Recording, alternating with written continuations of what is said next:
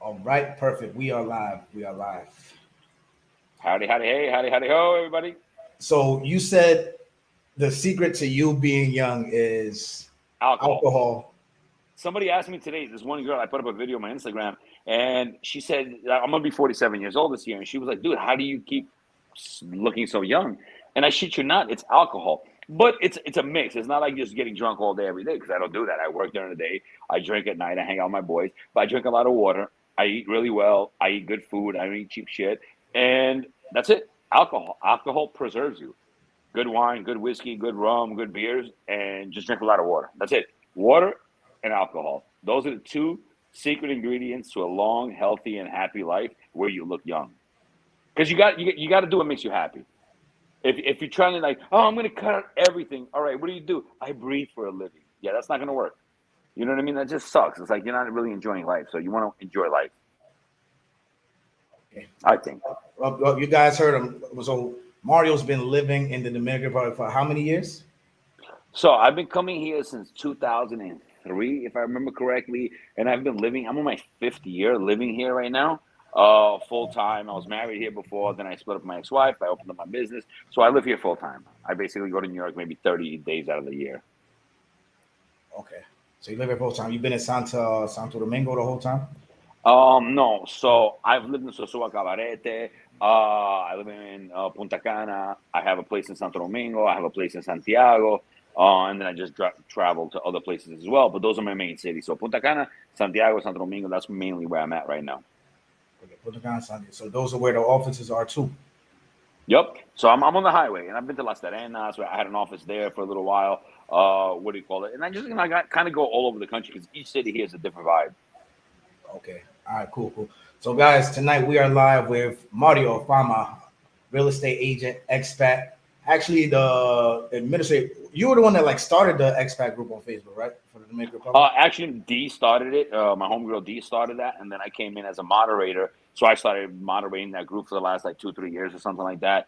Just to kind of keep it like because it's cool. It's cool to get expats into the groups to help people out. What I try to do, I know I can be a hard ass sometimes, but I try to really keep things on like what really needs to happen in a group. How can I explain that? A lot of times people have questions, they have concerns, and people just answer with random shit that has nothing to do with their questions. I really want to try to keep it on the eye. You know what I mean? Like if somebody has a question, one of the main pet peeves I have about a lot, not just my group, but any group, right? Any expat group is like a person's like, hey, I want to know where can I live in Santo Domingo? And people are like, come to Sosua, come to Punta Cana, come to Bayaiba. No, bro, the person's fucking asking you where where can they live well in Santo Domingo? If they want to know about your town, they'll ask you about your town, right? Like you don't have to convince people to move to where you're at. It's about giving people the right advice based on what they're looking for, right? If you want to be in Meaches, okay, you want to know about Meaches, have somebody answer about Meaches, Don't tell the person come to Bayaiba. No, that's not what they're asking you for.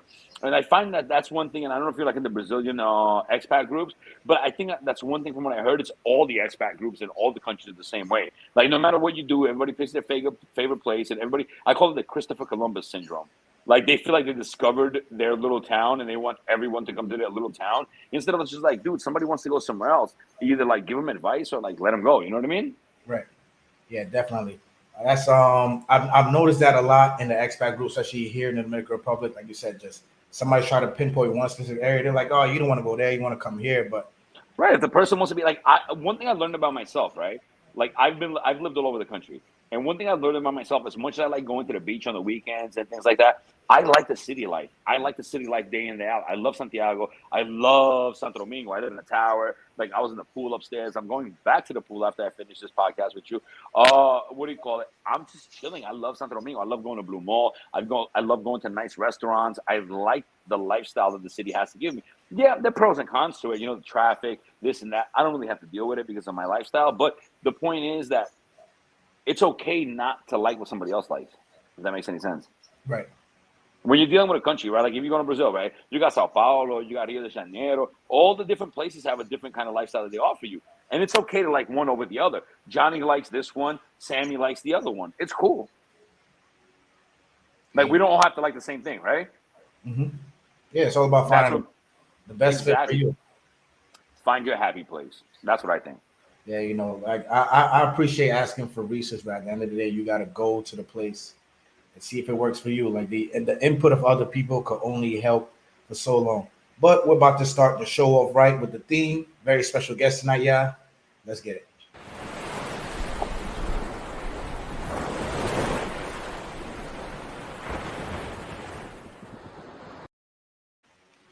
All right, yeah. So we got Mario in the building. Mario, tell the folks a little bit about yourself.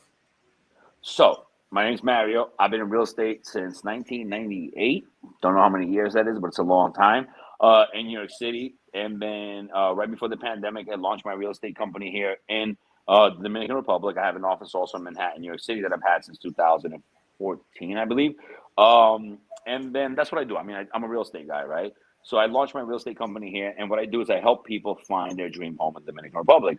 Dominican Republic works really, really well because it has a lot to offer that a lot of places don't have to offer. What do I mean by that? So I'm from New York City, right? We're from the eastern seaboard of the United States. You got the Canadians, you got Montreal, you got all that stuff going on over there, right?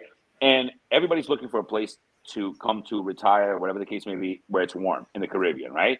Mm-hmm. And a lot of people say, well, why Dominican Republic? Well, process of elimination, right? I've been in Puerto Rico, love Puerto Rico, que nunca dejaré de amarte, pero la economía de allá está mala. Like the economy there is bad. They have crime. They have all this stuff going on. Costa Rica, I love it. Super remote. Hard to get in, hard to get out of. The beach areas, like 2 hours from any major airport at least. Complicated, right? Mexico's beautiful. Love it. You know, I've been to Mexico before. Really nice, the beach areas. But if you try to go from one place to the other, ya tú sabes, we know what can happen, right? So it's the process of elimination. Venezuela, beautiful, but they have their fucked up government. That's why so many of them are here. Colombia, the nice beaches, you got to go to a boat. In Colombia, it's still Colombia, right? So it's a process of elimination. When you deal with the one country in the Caribbean that's the most, I don't know, friendly to Americans, to Canadians, to Europeans, tons of flights coming in and out, all these things going on, the economy's booming, and you take a mix of all of this put together, everybody comes into the Dominican Republic. So Right. what I did is I set up a company here to help people find their dream home. Now, I don't talk people into coming to the Dominican Republic. You know, a lot of times you have people like, oh, yeah, tell me why I should come there. No, I won't.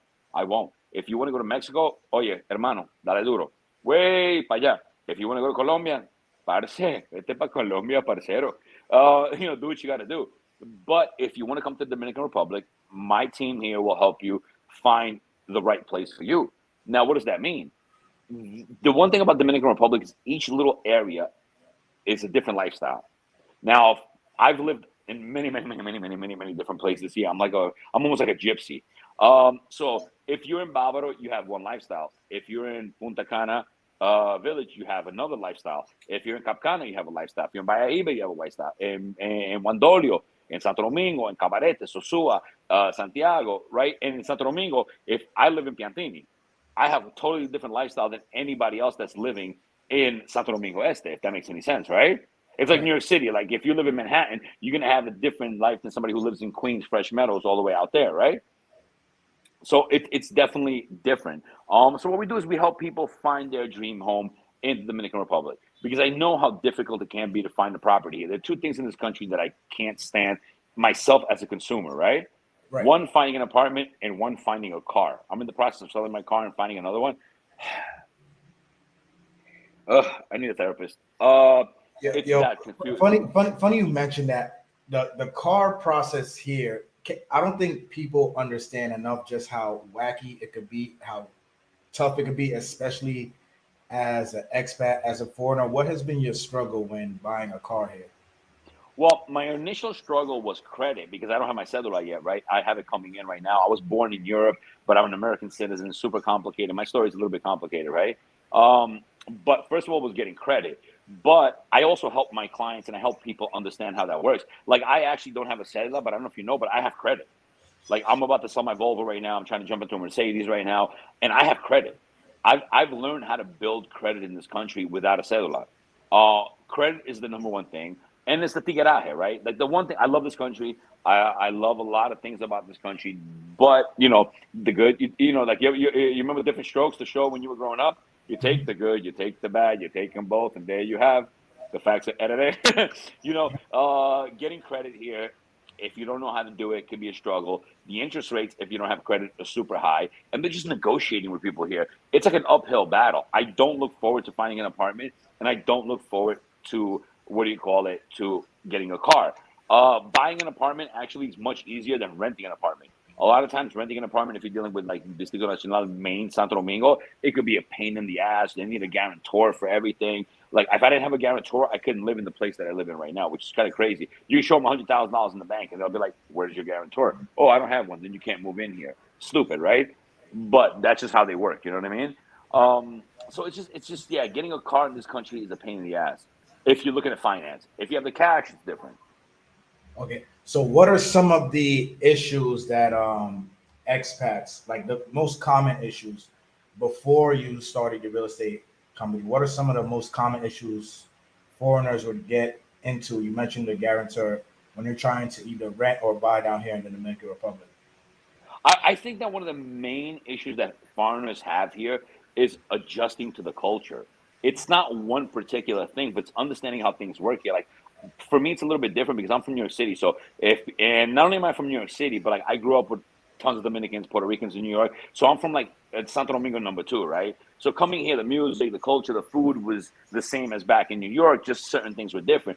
But I think it's just adjusting to the overall tigueraje that goes on here. Everything here is like, like the Star Wars, right? They call it aggressive negotiations with lightsabers. Chum, chum, chum, chum. Everything here is super, like, you have to understand. And I think sometimes a lot of expats, they fall into this trap. Like, people want to be accepted, right? It's natural that we want to be accepted as human beings, right? Wherever we go, we want someone to accept us, to welcome us in. And I think sometimes people here, they get really like, "Oh, the guy called me leader, he called me jefe, he called me boss," or whatever. We're cool.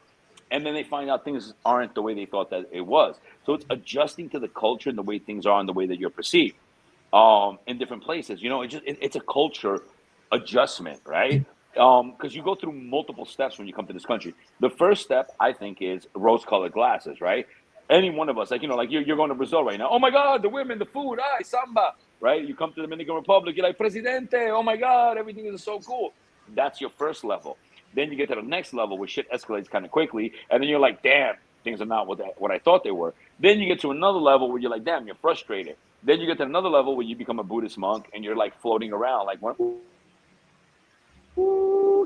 levitating through space. It's different things. So I think the overall, depending on how submerged you are in the culture, because one thing I've also learned is that you have people that come to this country and they have different lives, right? You've got the retirees that bought a place in Cabarete East and they're going to hang out at their pool. They're going to hang out in the condo. They're going to go down to Cabarete and have dinner at the restaurant. And they're pretty much in that one small circle. So they have one lifestyle, right? Then you've got the guy who's in Bávaro who's running around and he's doing this and he's doing that. He's got a different lifestyle. Then you have a person like me who has 3 businesses here, pays taxes, accountants, employees, and everything else. I have a totally different lifestyle. There are different lifestyles for different people. I think a big misconception that people have is when you're an expat and you move to X country that we all live the same, and it's not true. Cool. All right, so we're gonna address some of the comments out. First off, good evening to you guys. Very special guest here tonight. One of the moderators from the big expat group on Facebook for the Dominican Republic. Got Mario Fama, real estate agent here. Not born and raised in the Dominican Republic like the last one. So this one, guys, definitely a very, very good person to help you guys out. Started his company during the pandemic. So before I get ask my question, shout out to my Jordan mom. He says, "Facts, you definitely have to adjust accordingly." Teddy KGB, thank you for the first super chat of the night. Always on time, brother. Always on time. You always get the first shot in like Steph Curry. Definitely appreciate that. So Mario, you mentioned Tigeraje. So for everybody watching right now, and for those watching after, can you explain what Tigeraje is down here in the Dominican Republic? So the best way that I can describe it is if you ever listen to Wu-Tang Clan and shit like that, Tiger style. Wow.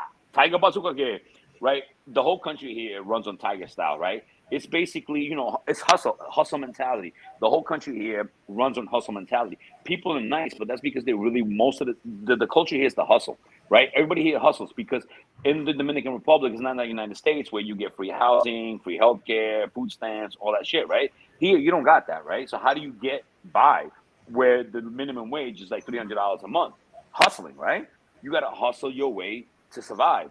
So the tigueraje, the tiger style mentality is everybody's out there hustling. So if you're going to plan to live here, okay, if you're like, again, if you're a retiree, you bought a place in Bávaro, and all you do is go to the beach, you come back, you go to 1 or 2 restaurants with your friends, and you're like 75 years old, you have a different lifestyle. But for people like me that are out and about, and most of my friends are Dominican, besides doing business with expats and being in Bávaro once in a while, I would say 70-80% of my life is just straight Dominican. Like, I only roll with Dominican dudes. I hang out in Santo Domingo, Santiago, SBG, KGB, NOA, ya tú sabes, activo siempre. Entonces, right. So what I've learned is that I've got to be on my tiger style all the time.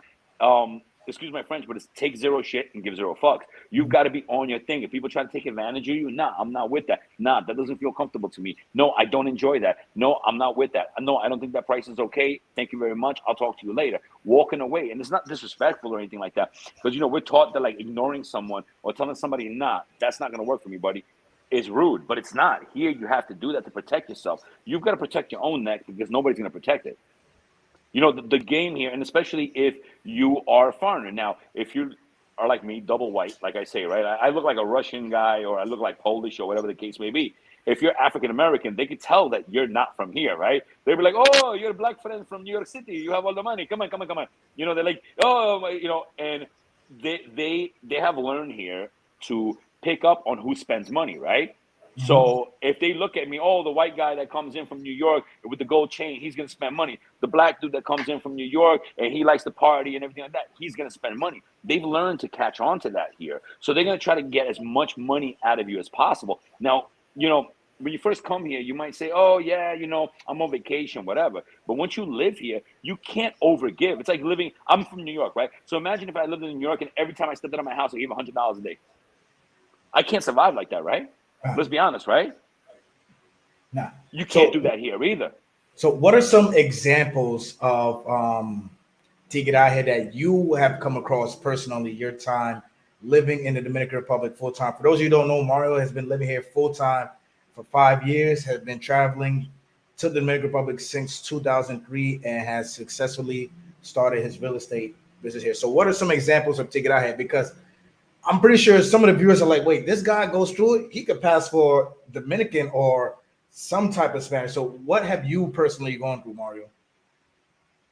So what happens is a lot of times you go to a place and they'll charge you extra. Like one night recently, I was in Bávaro, I was in Capcana, and I went to get beer like at 11:50 at night, right? I'm a little fucked up, and I just want to get a couple of beers from my house and everything like that. They got me for 200 pesos for a freaking Corona, bro. Now, I had nowhere else to go because they were closing all the colmados, so it was either pay 200 pesos for the beer or not. That beer should have been 120, 130, right? But no, the white guy's going to pay for it because he's a foreigner, right? It's just, and just to level it out, it doesn't matter if you're white, black, whatever. If they can tell you're not from abroad. And here's an interesting trick. I'll give you an interesting tip. You would think the Dominicans from New York have it better. They don't. They're just as much as foreigners as you and I are. They go through the same things that you and I go through because they can tell that, oh, you're Dominican, but you're from over there, so you have money. You work in your state. You work in the Estados Unidos. Tú eres rico, coño. They're like, yo, you got money. You come from the United States. You have money, my friend. You're one of us. You give me the money. They get them the same way that they get us. It has to do with just not being from here, right? When I say gringo, I don't mean just, it has nothing to do with color. It has nothing to do with that. It has to do with just a foreigner, right? Raising the price on you. They come and they do a small thing. Like I may be in my apartment and they'll come fix something, and I'm the renter in my apartment, right? So the landlord sends somebody to fix something here and they expect a tip from me, but I'm not the owner of the apartment. I'm just renting here and you're fixing something for the owner so the apartment doesn't get messed up, right? You go to a place of business, and I was out with my boys in La Venezuela. We went to see Rochi in a club. Dude, I mean, we spent a lot of money because we ordered a bunch of bottles, right? So let's say the bill was like $1,000, right? The bill came into $1,300, and we were like, wait, no, it's not supposed to be that much. We negotiated, we looked at everything like that. They overcharged us by $300 because I was with a bunch of Dominicans from New York, and they could tell that they were foreigners. Hold up. How do you casually just slip $300 into a bill? Like they just did it because we all drinking, we chilling, we watching Rochi. It's a big club in La Venezuela. Like everybody's just lit, whatever, and everything like that. And when we get the bill, we're like, wait, how many bottles you got on the table right here? No. This is not the bottles that we ordered right here. No, we only got 4 bottles here, not 6. They put an extra 2 bottles on your tab. 2 to 3, whatever it was. Like it was like $300, $400 that we had to negotiate back. We were like, nah, we're not paying that. Yo, we didn't do that. And they got me for 5,000 pesos, which is like $90 for a hookah. I bounced to my house, and they got my boy for 5,000 after I left, saying I didn't pay the hookah. He got it, and they bagged us both on the hookahs. Wow. So we ended up spending 10,000 on the hookahs instead of 5,000. First of all, 5,000 for a hookah is already outrageous, but yeah, but we were seeing Rochi, so it was like, yeah. tú sabes, una vaina de alta gama, tú sabes. Yeah, so they put 4,000 pesos on the price of hookah. Understandable, but then 10,000 for hookah. They bagged my man. I left to go home because I took my other man home, and then they were like, nah, nobody paid for the hookah, so they bagged two of us separately for it. It was a scam, bro, because they realized, even though I was with Dominican dudes, they're from New York.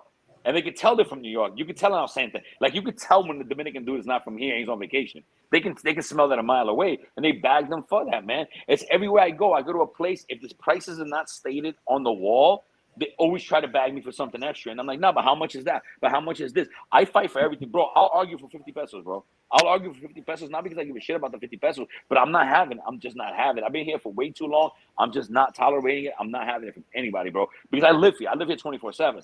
So, like, if you get me for 100 here, 500 there, 300 there, next thing you know, at the end of the month, I got for $500, $1,000 or some extra shit. Man, you know what? I just went through something recently to where I used this service twice to remove an AC from my apartment. And somebody told me I'm getting gringoed. And because to me, I'm like, all right, how much does it cost to have somebody come uninstall an air conditioner? So the dude's like 2,000, 2,500 pesos. I'm like, all right. But then somebody else is like, yo, man, that's the gringo price to move an AC. So it's hard. I was saying this on the other night. It's hard where even on the professional levels, people here are not professional. When it comes to the, it could be 500. It could be you got for 500 here. You got for 200 there. You know, it's not always like an extreme thing, right? It's not always like, oh, if something costs 2,000, they're bagging you for 5,000. It may be 2,000, they're getting you for 27. So you paid an extra 700 here, and then you paid an extra 500 there. You always got to be on your P's and Q's. And the only thing I can tell you is get educated on what things cost, right? And things cost different prices in different towns. You have to understand, if you live in Casa de Campo, shit's going to cost you totally different than what it's going to cost you in Santo Domingo Este, right? Like, you know, it's like I'm from New York. So if you get something done in the Bronx, it's going to cost you totally different if you get it done in Chelsea, in Manhattan. You know what I'm saying? And you got to you got to understand that. But you've got to always be on your P's and Q's. And, you know, one thing I try to really instill in all the expats and everybody that I know here, man, if you're here and you're living here 24/7, man, take no shit, man. Listen, man, negotiate stuff, argue with people. I know it takes a lot out of you, but you got to do what you got to do. Otherwise, you're going to get herbed everywhere you go. You know what I mean? You've got to really be on it. Emphasis on it takes a lot out of you. Because I mentioned before, I'm like, yo, at a certain point, it just gets tiring where you have to negotiate and argue. Like, as soon as I leave the crib, I put on my argue face. Like, it really gets like mentally. I did a video where I was like, why do I wear Under Armour t-shirts? I bought a whole bunch of Under Armour t-shirts and I wear them every day. And people ask me, why you don't dress when you go to work professional? Because I'm at war. I'm exercising. It's a battlefield every single day. But I got to tell you something, right? So I just want to clarify. It's not just only with us expats that this happens. You know, there are times in life where like you go through things and you reflect on things, right? And one day I used to own a condo in Sosua. And one day I was frustrated about some shit, whatever. And I'm there talking to the management company in the office. And you know what she said to me? It was something that really like struck me and I never forgot it, right? She goes, listen, Mario. She goes, don't take any of this personal. She goes, we were born here and we got to deal with this shit every single day. You're just dealing with the same shit that we got to deal with every single day. And that's when I realized, even though they see me and they're trying to get me, they get each other every day as well. It's not just for us. My boys that are Dominicans from New York, when they come out here, they got houses out here, they got apartments out here. These dudes come to me for help. These dudes come for me. They're like, yo, Mario, what do I do? I need to figure this out, whatever. Because they get them as much as they get everybody else. It's not just to us. Well, yeah, we're more prime targets because we look like foreigners, right? But they do it internally all the time. That's why things are the way they are. You know what I mean? So, like, I get upset, but I also learn not to take it personal. I'm just on the defensive. I got to defend mine, right? I got to hold mine down and defend mine, but it happens to everybody. And once you understand that, you know, you're moving to a different culture, you're moving to a different country, and you're going to look like an outsider when you go there. What are you going to do? Adjust, do what you got to do, and keep it, you know, make it happen, man. And you know, you're here, right? Yeah, and establish relationships. Yesterday, I mentioned how important some relationships are, especially when you're going to come and live here in the Dominican Republic, because you got some relationships that can save you 500 pesos to $5,000. So it's very important to make sure you're going through the right people, a reputable source, vetted source. So that's why yesterday I spoke about relationships, and today I'm having Mario explain before we get into the real estate topics the tiguerajes that you could come across when it's not even just buying or renting apartments. You could go through tigueraje when you want to buy aguacate or you want to go buy a bottle of water Whatever. at the What you co-op. could cook a cocoa on the beach. They're trying to get you for 500 pesos for a fucking coconut on the beach when meanwhile it's 50 pesos. You know what I mean? And the other thing is also here, like, don't get me wrong, you will meet some really great people. And if you're here long enough, right, you're going to build your small circle of trusted people that got your back and you got their back and everything like that. But you got to go through it. You got to meet 100 people to meet one or two good people out of it, right? That's the Oof. mathematics of the situation. You got to know what you're up against. You know, when people, if anybody's too nice to you right from the beginning, oh, my friend, my cousin, oh, your leader, primo, that's all bullshit. But you're going to meet people over time here, and as time, it's just natural, right? As you spend time here, you're going to meet people, and you're going to get your close group of real friends. But just you understand that give it time, give it time, give it time, give it time, and I give one point, one advice that I want to give to people, right? Sorry, I'm making a beer. I want to give advice to people. Know somebody 1 year minimum, 12 months of dealing with the person a lot before you consider them your friend. Time is the greatest thing that you can give anything. Relationships where you're dealing with a woman dealing with a man, a friendship, anything. Give it 1 year. Within 1 year, you're going to pick up on things good or bad on a person. You know what I mean? Don't say, oh, this person's really nice to me. He calls me leader. He calls me jefe, primo. Oh, he's my friend. No, he's not your friend.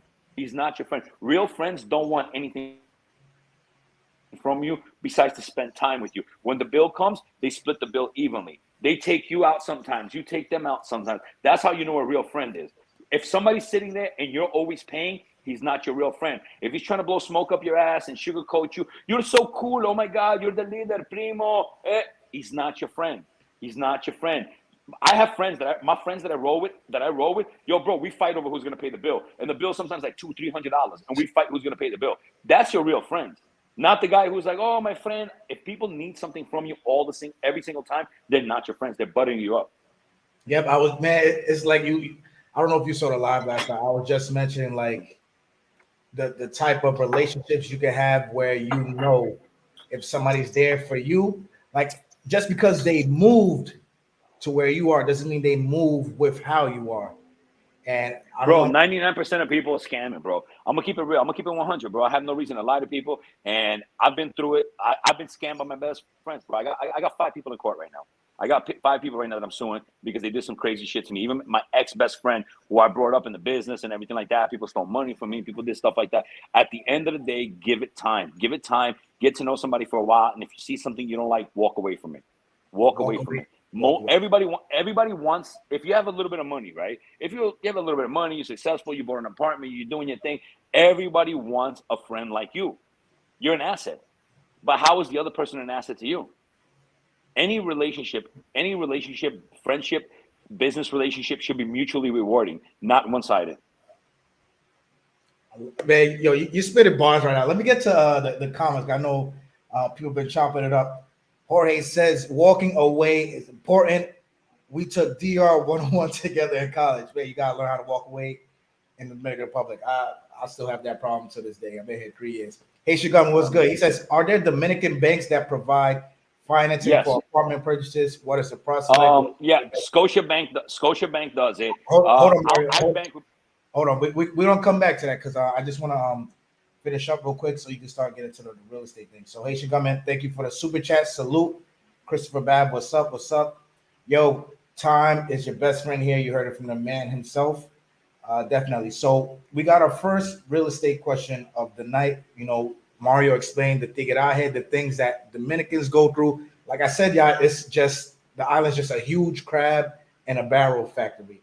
Like we go through it, locals go through it. It doesn't matter what type of Spanish you speak, your color is just you're just another crab in the barrel. So going back to Haitian Gun, you were saying Scotiabank. Yeah, so Scotiabank does mortgages. They do like up to like 3.5% for like a 3 to 5 year mortgage. Also Banco Santa Cruz. Banco Santa Cruz is my favorite. I bank with Santa Cruz. I'm not a fan of Scotia. Nothing against them. I just find them to be a little bit different because Scotia Bank has really great rates on mortgages, but they're a foreign bank operating in Dominican Republic, so they're under much more scrutiny than the Dominican bank, right? I deal mostly with Scotia Bank. I have accounts at Como Banreservas y todo. What you could do is you speak to several banks here. They usually want 2 to 3 years tax returns. They run your credit in the States. It's pretty much the same thing as what you would go through in the United States, just a little bit more extensive to get it. And obviously the rates are higher here, right? And the rates just went up recently. As you know, the rates went up in the States. They used to be in the 3.4s. Now they're in the 5s and stuff like that. Here they're in the 6, 7s or whatever the case may be, up to 25-year mortgages. It varies based on your credit score. But yes, there are banks that do mortgages here. You just have to be as well qualified as you are back where you're from in the States. Right. So talk to us a little bit about your real estate background and how were you able to transition that to a whole nother country, a whole different part of the world. Oh, easy. So I've been in real estate since 1998. And then I had my first business in 2003. That's when I came to the Dominican Republic on vacation, linked up with some boys from New York that were Dominican, ya tu sabes. Since that day, it's been on. And then I came here. I bought some apartments in Sosua. I met a girl, got married. Everything went to shit after I invested in her. And when she left, I was in Punta Cana, and I was like, okay, so like I'm not going back to the United States. My partner was running the New York City office, and I was running half of it from here. And I was like, what do I do now? Because I am not going back to New York. I can never live in New York again. Fortunately, I ain't gonna be able to do. So I decided to open up real estate, which is what I've been doing since I was, like 18, 19 years old. And then we just launched in Punta Cana. And organically, we spread out to Santo Domingo office. Now we have an office in Santiago that handles also Santiago, Sosua, Cabarete, Puerto Plata. And it's just, this is what I do for a living. It's not like I invented it. I just extended it here because I refuse to go back to the States.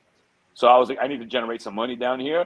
And I like it because what I do, people ask me, why do you do real estate? Well, two things. It's a passion, right? But two things. I help people find their dream property in the Dominican Republic because so many people want to be here. If you don't want to be here, I'm not going to talk you into it. Like, I'm not the guy that's going to be like, no, come here. Don't go to Mexico. No, bro, if you want to go to Mexico, yo, go. If you want to go to Costa Rica, bro, go. I'm not going to talk you into that. But I help people do that. And I also change my salespeople's lives. What does that mean? I have people making $50,000 to $100,000 a year working in real estate with me.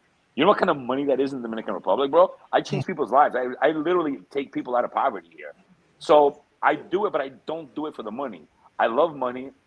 It's nice. I spend a lot of it, more than I need to sometimes. But what do you call it? But I do what I do because I like changing lives. And I change lives by helping people find their dope apartments and homes in the Dominican Republic, and by helping my salespeople make a really, really good living. Right. So, guys, this is the website right here. This is the Crest Group, DR Group, Mario's business real estate company here in the Dominican Republic. I dropped the link down in the comments. Make sure you guys go check it out. He has the contact bar right here, NYC, and he has different areas, of course, buying and renting right here. Sosua, Cabarete, Punta Cana, Santiago, Santo Domingo. We have the whole Santo Domingo. Look at this. You see this right here? Right in the prime of it all right here. Yep, Gasquay, 6,000. Oh boy, Gasquay. Gasquay is one of those good areas to live in, y'all, in Santo Domingo. But like you said, I love Santo Domingo. I'm a city kid, man. Yeah, I know. I know. That's why I came. I almost went to Santo Domingo, but I was like, nah, that traffic is devious. So then I just settled for Santiago. But yeah, you guys definitely check out this page. I dropped the link down in the comments. I'll drop it again. tcgdominicana.com, and definitely hit up Mario for all your renting needs wherever throughout the island, especially in La Serena, Santo Domingo, Santiago. I know some of you sickos are going to watch this video and not listen to anything I've said before and be like, oh, but I want to go rent in Sosua, snack bag in the middle of Pedro Casante. He'll help you with that too. So definitely make sure you guys go check this website out. And any other real estate questions you guys have, we are here, because I definitely am learning more, because Mario has been in Santo Domingo like the whole 5 years you've been here, right? I've been back and forth between Santo Domingo. I started off with Sosua Cabarete, that area, because I originally started in 2003 in Santiago. In 2010, I had a bar there. So like if you're from Santiago, your local beaches are Sosua Cabarete and Puerto Plata, right? And then I started down there. And then I ended up, because of my ex-wife, in Punta Cana, so I learned all of that. And she was from Santo Domingo, so I was going back and forth to here. And when she left and I opened up the office here, I ended up here. So I've kind of done a tour of duty, as you call it, right? And I realized that I like living in the city during the week, and I like going to the beach on the weekends. Right. And that's one of the great things about Dominican Republic, right? You could be like in a hard body, like Houston or New York City on the weekdays, right? You're hard body living like the city life. You're in lounges, restaurants. You're working. You're in traffic. You're doing that. But at the weekend, you're like at some shit that like looks like Travel Channel. Yeah, definitely. Like you're totally like on another end of it. Or you can go to the mountains at Jarabacoa. You could be in the mountains. You could be Constanza. You could be freezing with a sweater on on the weekends or whatever the case may be. You could do so many different things. So we're going to talk about that. I know there's a lot of inflation questions because even I myself and curious. Okay, I can answer that. But Christopher Bad asks, what is the process if you have a Dominican resident to go through the process? What is that like? I don't understand the question fully. What is the process if you have a Dominican resident go through the process? Well, if you're a Dominican resident, I think basically the residency. I think he's asking what the process is like. Oh, the residency process. Okay, so let me touch on the subject because in the expat groups, I am one of the people that sometimes wants to choke the shit out of all these other expats that have the residency.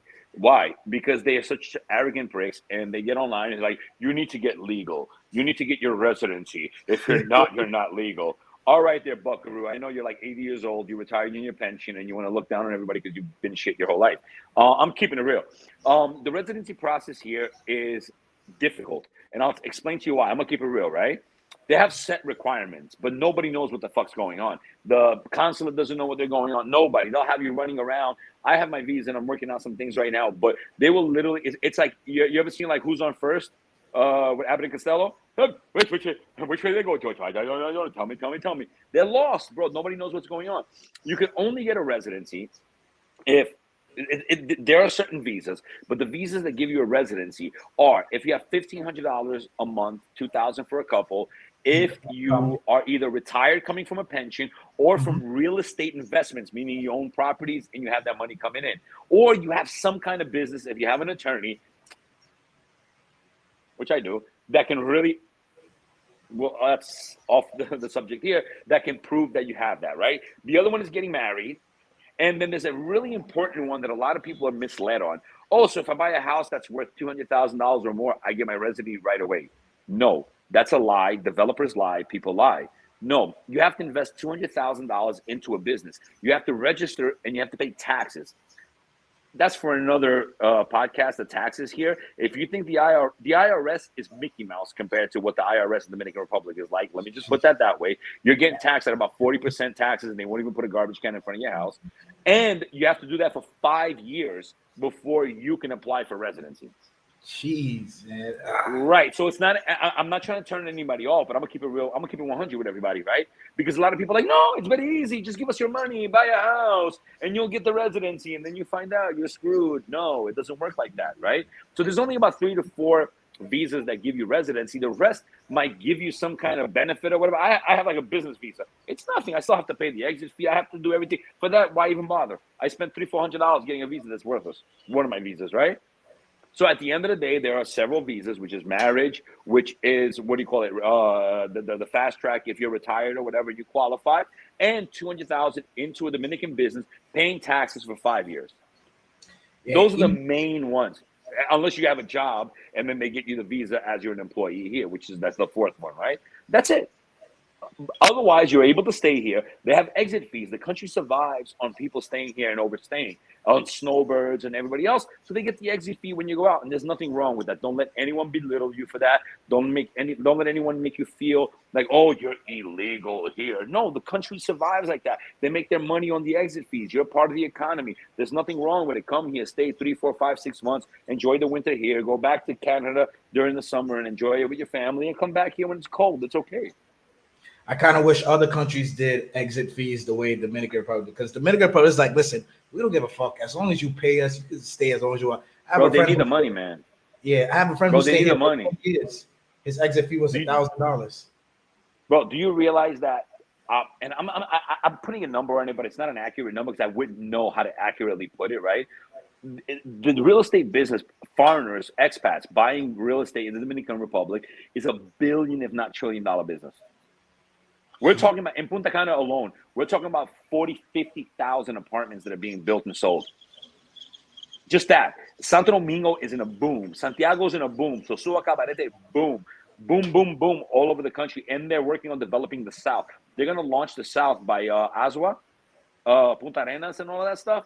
Holy shit. So it looks like the Sahara Desert going into the Caribbean Ocean there. I don't know if you ever seen the photos. The bottom line is that, yeah, we're in a boom right now. So at the end of the day, they need the money because they survive off of interaction with the United States, Europe, and Canada. So, of course, it's beneficial to everybody. The only people that think it's not beneficial is like 27 expats in 10 groups that want to put everybody down for not getting their residency, even though you can't. There's so many people that want to get their residency and they can't because it's so complicated. I've seen so many people throw the towel in. They lost my paperwork. They lost my paperwork due for a year. They lost my paperwork at the consulate for a year. I'm going through. I don't want to say I'm going through. Like I threw in the towel, but I qualified through the residency through basically retirement because I'm a veteran. So they put the consulate, number one, it happened during COVID. They put the visa. They had my visa for weeks, but they didn't give it to me till a year later. So then I had a month to come back to DR, get all my appointments, blah, blah, blah, find a lawyer. Long story short, I have an expired visa in the back of my passport. Oh, you can extend it. You can extend it. Just so you know, you can extend it up to 5 years. I can extend it. How do I do that? I have off of this. I have the lawyer. I'm not going to debate people. I have the lawyer that can find it. The same thing with me. I had a visa because I was married. Then I got divorced and my visa expired. And I was born in Europe, so I'm waiting for one piece of paper in the United States. And I have up to 5 years to extend it. You just pay a fine, and whatever the case is, your attorney can solve that with immigration. Oh, that's perfect. Bro, I've been through, dude. If you name it, I've been through it in this country, bro. I've been through fucking everything in this country that you can imagine.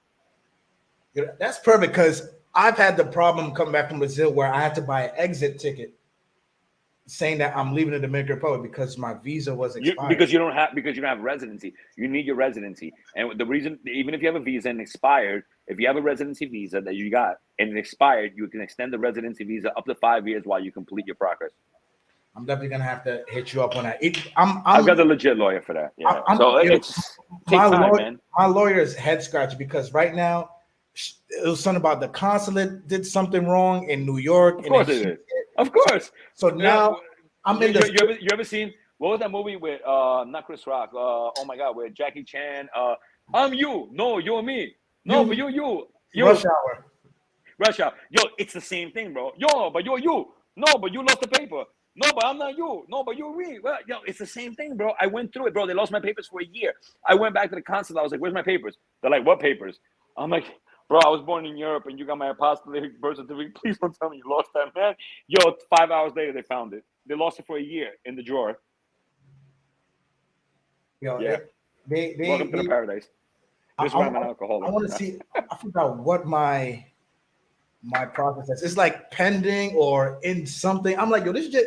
I'm like, yo, just epic. Yo, look. After 5 years of trying, I found the right lawyer. I'm just waiting for one piece of paper right now, and my stuff is going to come through as well. My business partner is getting it here as well because I'm not going anywhere. So like I'm here for the long run. So my thing is residency and then citizenship. I'm not going anywhere.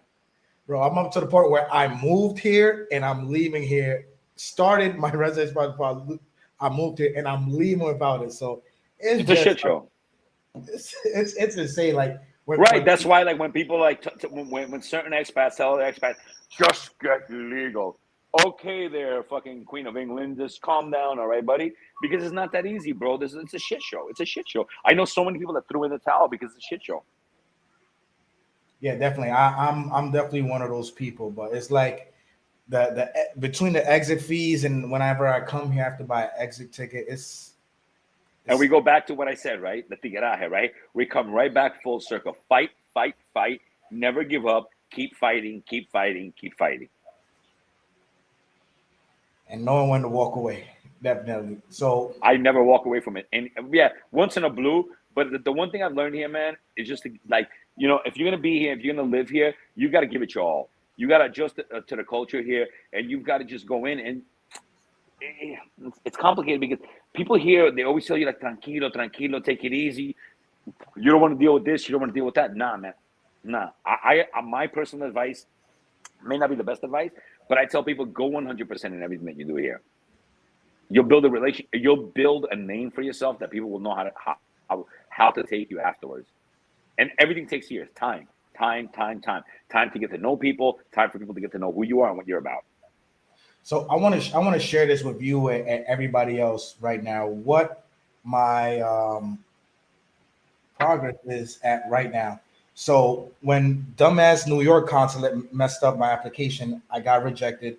Then the lawyer's like, "Oh no, it's did I could fix it." So now, right now, I'm at evaluation. I have no clue, and this is the application that I applied for, retired and pensioner residence application.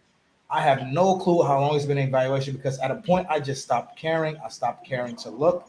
It's on the I have a migration. lawyer. I have a lawyer. She charges about. I have a lawyer. She charges $2,500 to $3,000, and she will solve everything. That's all I can tell you. And because she works hand in hand with immigration, I have clients of mine that bought property, don't even have the title in hand, and have a settler already. That would have been nice to know in October before I spent Well, that would $1,000. hold on. That would have been nice to know 4 years ago for me. Before I spent $5,000 that I just lost in multiple applications. You see what it is? Again, we go back to the same thing, right? Time.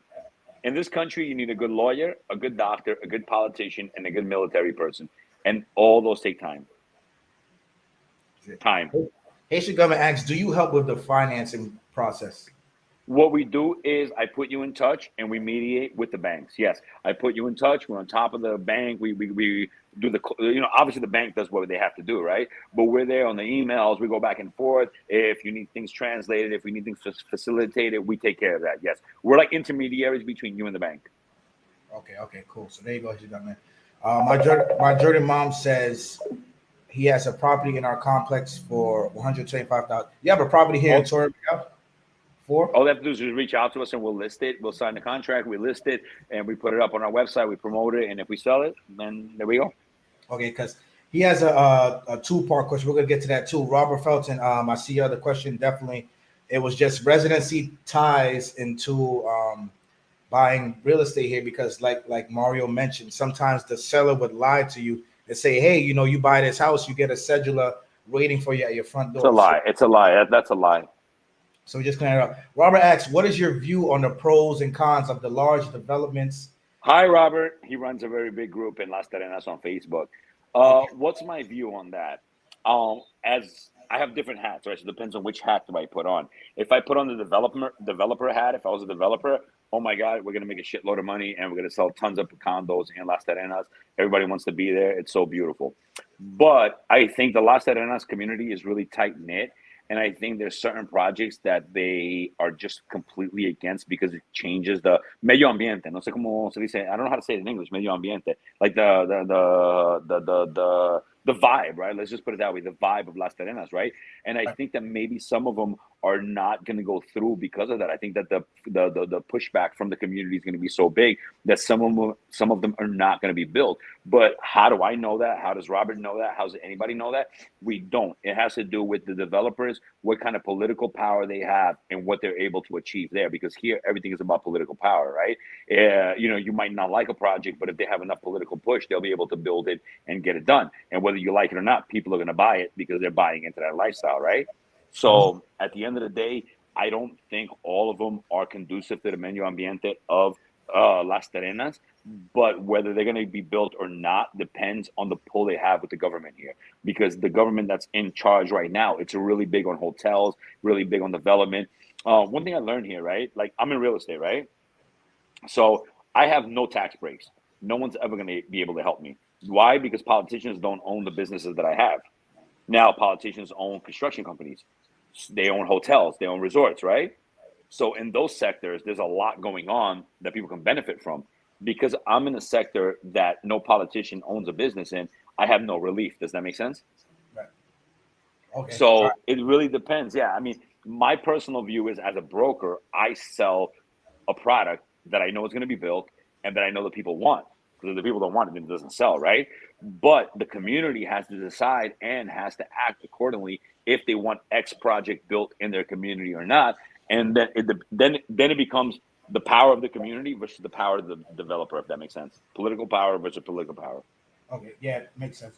So, I see it now. You have Torre Real 4, the complex I'm in right now, on sale for 125. So Jorge asks right here, what happens in 10 years when they let the complex go south? How do you get that money back? How hard is it to sell? What do they mean by going south, though? Like, what complex? What are we talking about? I think that there's also, here's the thing. I think there's a general gloom and doom, right? Everywhere, not just in the Dominican Republic, New York. People are like, oh my God, I'm from New York. I have so our primary office, just so people understand, my primary real estate office, where I've been doing business since 2003 independently, and where I've worked since 1998, is in New York City, right? And I've heard the doom and gloom there all the time. I've heard it here. How would the complex go south if it's a prime location? And I put up a video in the groups today or yesterday. Everything has to do with location, location, location. Yes, if you buy something 15, 25 minutes away from the beach and the market adjusts down in the future, yeah, you're going to take a slump for a while, right? It's the same thing. Like, I lived in Sosua, right? So if you own something in La Mulata 3 that's like fucking 20 kilometers up in the mountains or whatever, 20 kilometers away from the beach, it's not really a prime real estate, right? So what do you do if you bought it? You're kind of shit out of luck, right? But if you own something near the beach, then your property is worth, well, location, location, location. So what's going to go south?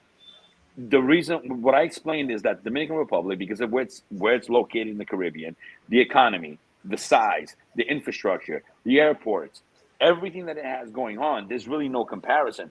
If things go south here, they're going to go south worldwide. And then if they go north, they're going to go north here as well. Does that make sense? Right.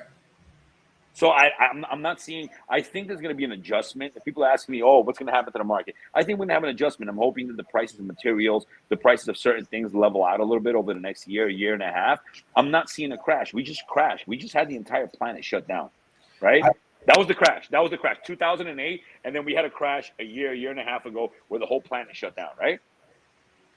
So he lives in the same complex where you have that unit at. So I think, and correct me if I'm wrong, Jorge, if you mean it as like if the complex is worth that or and more, okay, he said, if it goes south, listen, if it goes south, when things go south, everything goes south. The whole world goes south, right? Right. Doesn't matter if you own in Puerto Plata, Sosua, or Manhattan, you're going to go south. So he says small complex usually don't keep up with maintenance, paint, etc. No HOA rules. It has nothing to do with it, whether it's a small complex or a big complex. It has to do with the way that it's handled and if they have a good homeowners association. That's what it has to do with, right? You can have a small complex with a great homeowners association and they maintain everything, or you can have a big complex with a shitty homeowners association and they don't handle anything correctly. It's not really the size. It has to be with how they handle it. And if things are not being handled well internally, then they need to get legal counsel, sue, advise, and get legal control of the condominium.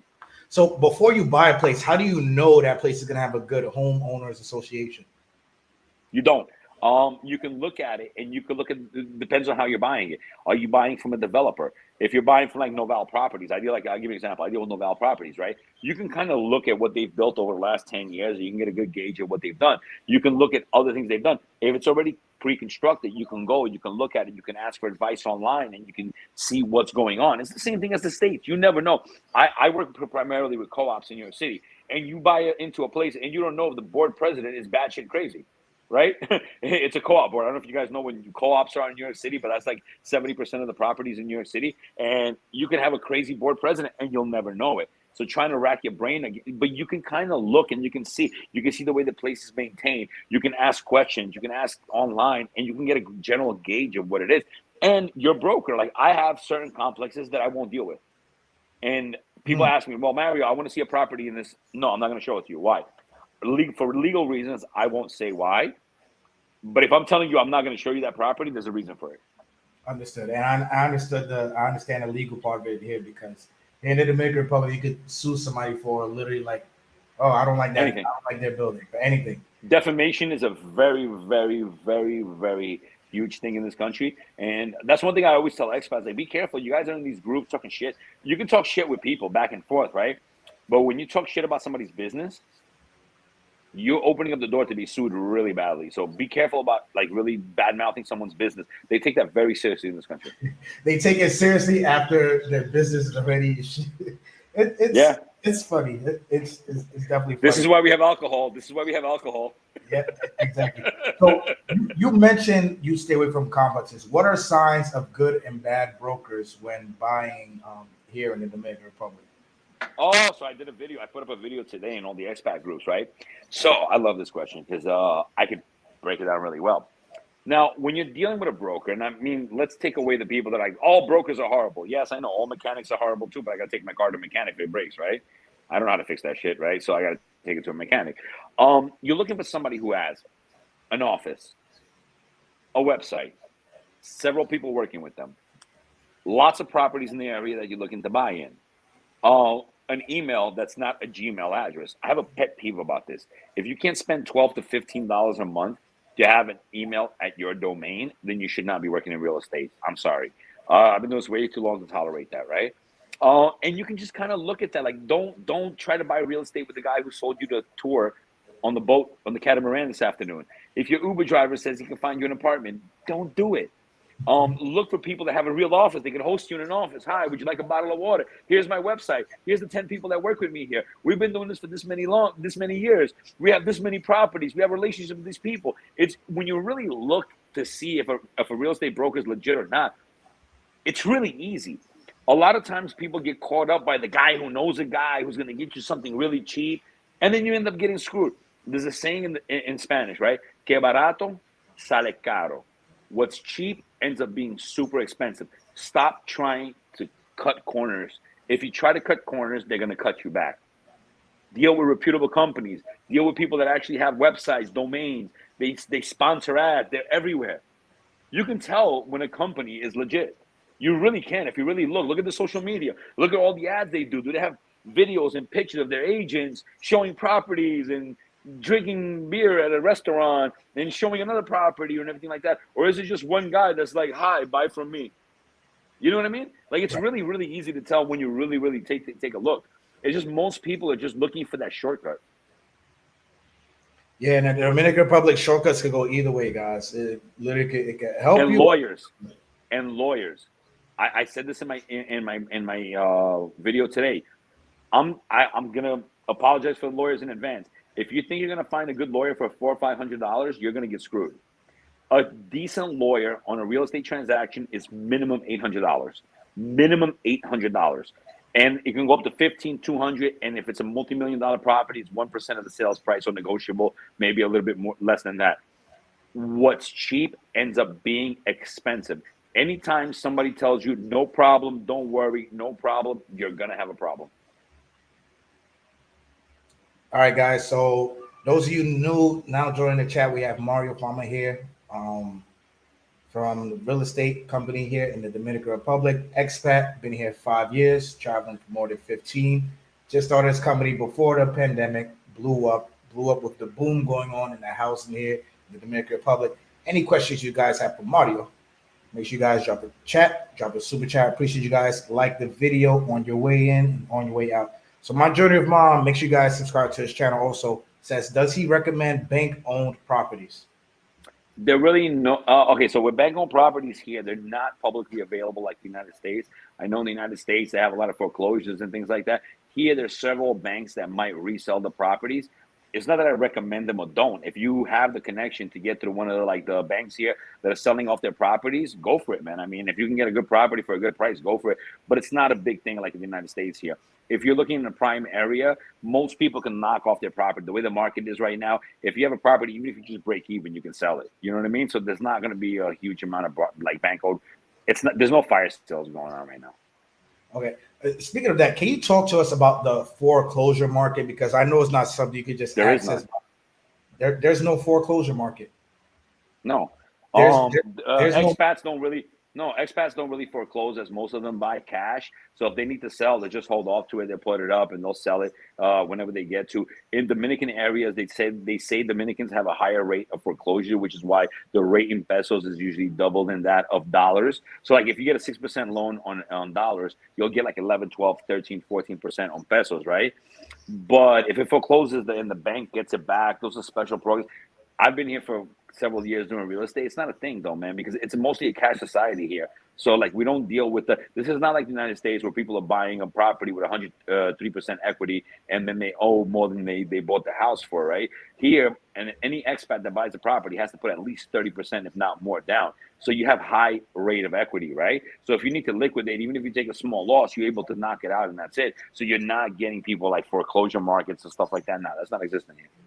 So there's absolutely no situation where if in America, I'm not saying no. There's certain banks like you have to sign up to their list and stuff like that, and they'll have stuff that people foreclose on. But I'll give you an example. If I buy $100,000 property and I put $30,000 down, right, and I had it for a year and whatever, and I owe $70,000, $72,000 on it, right, I can easily sell it for $72,000 and walk away from it.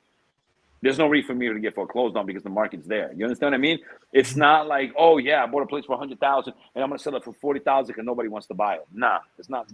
That doesn't really happen. Like it's not a thing, especially in the expat areas. Like you guys are not looking to buy in Santo Domingo Este, where Juan Pablo, foreclosed on his 3 million peso apartment in Juan Bosch. You know what I mean? So like if you guys are looking to buy in Bávaro, you're looking to buy in Sosua Cabarete, you're not gonna run into that. The majority of sales they're all cash or mostly cash or whatever the case is. It's not a thing. The market is not bad here. The market is like super solid right now. It's funny you mentioned that because we did speak to a lawyer, and the lawyer was like, "Hey, you know, there's basically this market of foreclosure homes here in the Dominican Republic. It's not accessible online. Only certain banks have it." And yeah, exactly what I'm telling you, right? Yeah, if you know, you could get them for Gunifer. Uno como se llama como, uno que se llama como. Sorry, sorry, I jump into Spanish. I'm not used to speaking English. What do you call this one that's called Gunfer or whatever loans, and they have a list. And if you know somebody that knows a representative at the bank where they have the stuff that's being handed out, but it's just, I'm not saying there are no foreclosures, but it's not like a, oh wow, the foreclosure market. Let's look into it's not a thing here. Like it exists, but it's not a thing. I don't know if that makes sense. Okay, it exists, but it's not a thing where you could. And you're not. If you're looking for a foreclosure in Bávaro, if you're looking for a foreclosure in Capcana, Punta Cana Village, Sosua Prime, Cabarete, yeah, well, you can wait until Riddick comes out with his next music. There you guys have it. Because I know a lot of people have built their hopes up from this lawyer who's bro. Like, hey, let me explain something to you. There's a lot of people that are looking for the negative. They're looking for the down. They're looking for the market crash. They're looking for the world to end where you could buy an apartment for 2 coconuts and 2 plátanos. That's not going to happen, bro. There's too much money in this country. There's too much money. Listen, this is not a poor country. Let me just really break shit down to the way people are. This is not a poor country. There are a lot of poor people in this country because the way shit is run, just like there's a lot of poor people in the United States because of the way the government runs shit there, right? You go to Mississippi, you go to Tennessee, you go down south, you go to upstate New York. There's a lot of poor motherfuckers everywhere, right? But this is not a poor country. And if something is a value price, you got 10 people that are going to outbid you on it. There's way too much money. There are more Mercedes AMGs and Porsche Cayenne GTSs here than I see in New York City. So stop. Yep. There's too much money on the streets out here. I'm the poor. I live in a high-end lifestyle here. I'm probably one of the poorest people you're meeting here. Yep. And I told people, I'm gonna keep it real. I told people long ago when I first started this channel, don't let the word third world or developing country fool you. There's money here. Bro, that's like going to New York City. It's like going to New York City and saying, yo, mad people live in the projects, so New York City's broke. No, it doesn't apply there. It doesn't apply here. There's a lot of poor people here. Of course, yeah. Poverty's huge in this country. But there's more money than baby Jesus out here. I'm the poorest motherfucker. I go to restaurants. I go to places out here. These dudes are pulling up in their McLarens. They got their $1 million homes in Casa de Campo. I'm poor, bro. Lend me $500, brother. Exactly. Man, it's funny you mention that, especially what's the name of that bar in Santo Domingo where there's like every Sunday there's a Ferrari out front or a Lamborghini or something? All of them, bro. Everywhere I hang out, bro. Everywhere I hang out here, bro. I'm about to get rid of my Volvo because I feel poor in my Volvo. I'm gonna jump into a 53 AMG right now, bro. I'm getting rid of my car hopefully this week. I need a 50 GLE. I need at least a fucking GLE 53 AMG because if not, I look like a broke ass motherfucker, bro. That is. I'm about to drop $160,000. I'm about to drop $160,000 on a car right now. That is my baby, and I hate that it costs that much here, though. But that's 40. Everything here costs 40 to 50% more. That's a topic. Welcome. That's what I'm trying to tell you. Like, if there's a fire sale here, Dominicans will pick it up before you do, because they got money. don't sleep on people here, bro. People here got massive amounts of money. This place is rich. I'm lucky enough that I roll around with people here, and I'm in that circle. Like, I'm not with the guys that hang out at the colmado and they eat $100 cheeseburger and shit like that. I'm not with that, man. I hang out with like people in the upper echelon. I mean, I was just in my pool on my roof deck looking at the ocean. You know what I mean? Like, I hang out with people that like they're doing. There's a lot of money in this country, man. This is not a poor country. Anybody who tells you this country is poor has no clue what they're talking about. I'm gonna just keep it real. Mm-hmm. And definitely only vacation here or watch the news or world stuff. Yeah, it's definitely. So Jason Johnson asks, is it easier to get bank finance if you have residency and a cedula?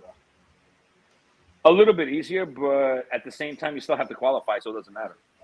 Okay, cool.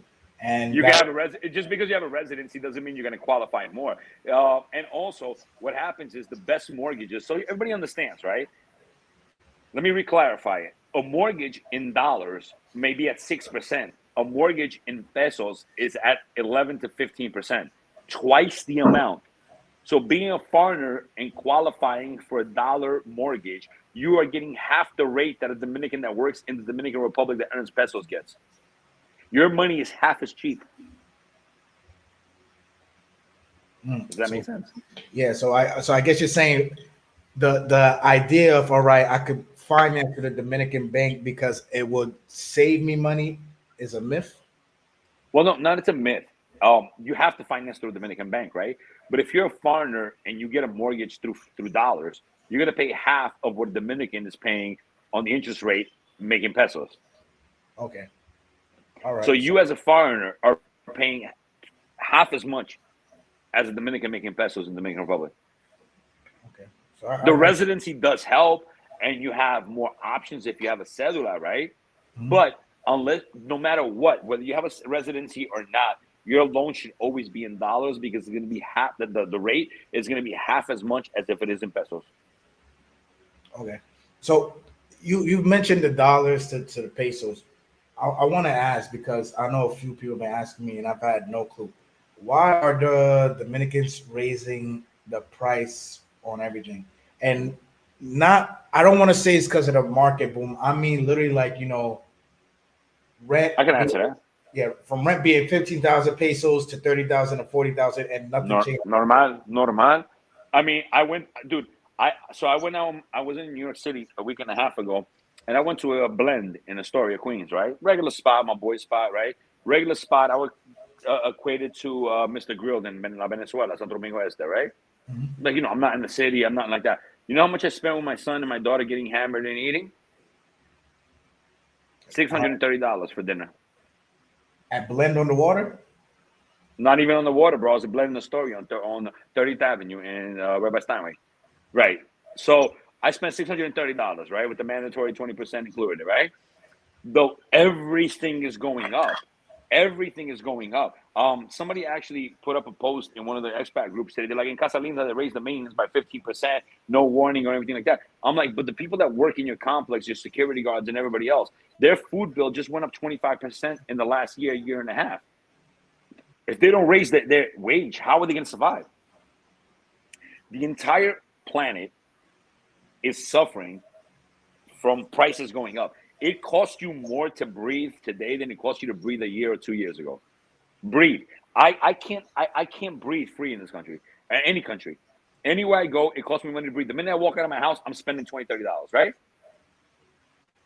You get a beer, you get a potato chips, you get a lunch, whatever, it's $20, $30, right? So the price has gone up everywhere. People here are like, oh, everything's getting more expensive here. Bro, I was in the Heights at a pub, and I bought one cheeseburger and french fries and one cup, not even a bottle of beer, and I spent $30 minus tips. ¿Tú me entiendes? Like, it's not like people are like, oh, the DR is more. Yes, it's getting more expensive. I agree with you. But so's everywhere else. So if something cost me $10 here, now it costs me $15. It cost me $15 in New York, and now it costs me $30. So with the prices going up and literally things that don't make sense. So you're saying it has nothing to do with Tigaraje also? Or no. That has to do with the world, man. Post-COVID, the corporations want to make more money. They want to make a higher profit. And that's it, supply and demand. The car that do you know why I'm buying an AMG? I'm looking at AMG right now. You know why? Because the price of the 450 GLE 450 went up so high, 20-30%, that I'm 15,000 away from an AMG. So I might as well just spend the extra 15 and get an upgraded AMG than get the regular 450 because it's not worth it. Everything went up, bro. Everything went up. Everything. Food in the Dominican Republic, in the supermarkets. So if we count what food costs before COVID to now, it has gone up 40%. Jeez. Not even a like 10 or 20, 40. Right. So that's here. But so New York as well. New York as well. I'm from New York, so like I know people are like, oh, why are you bringing up New York? Well, motherfuckers, I'm from New York, right? So I'm not going to tell you about, I can't tell you about Toronto. I can't tell you about Dallas. I'm not from there. I can't tell you about Madrid because no soy de España. I can tell you that the world has become more expensive. The entire planet that we're on, this round ball that we're going through space, has become more expensive. And obviously the art is going to become more expensive because people need to make more money. People, the person who makes a salary here cannot afford to eat the same shit that he ate a year ago because the prices went up. It's the same thing in New York City. A burger that was $20 is now $30.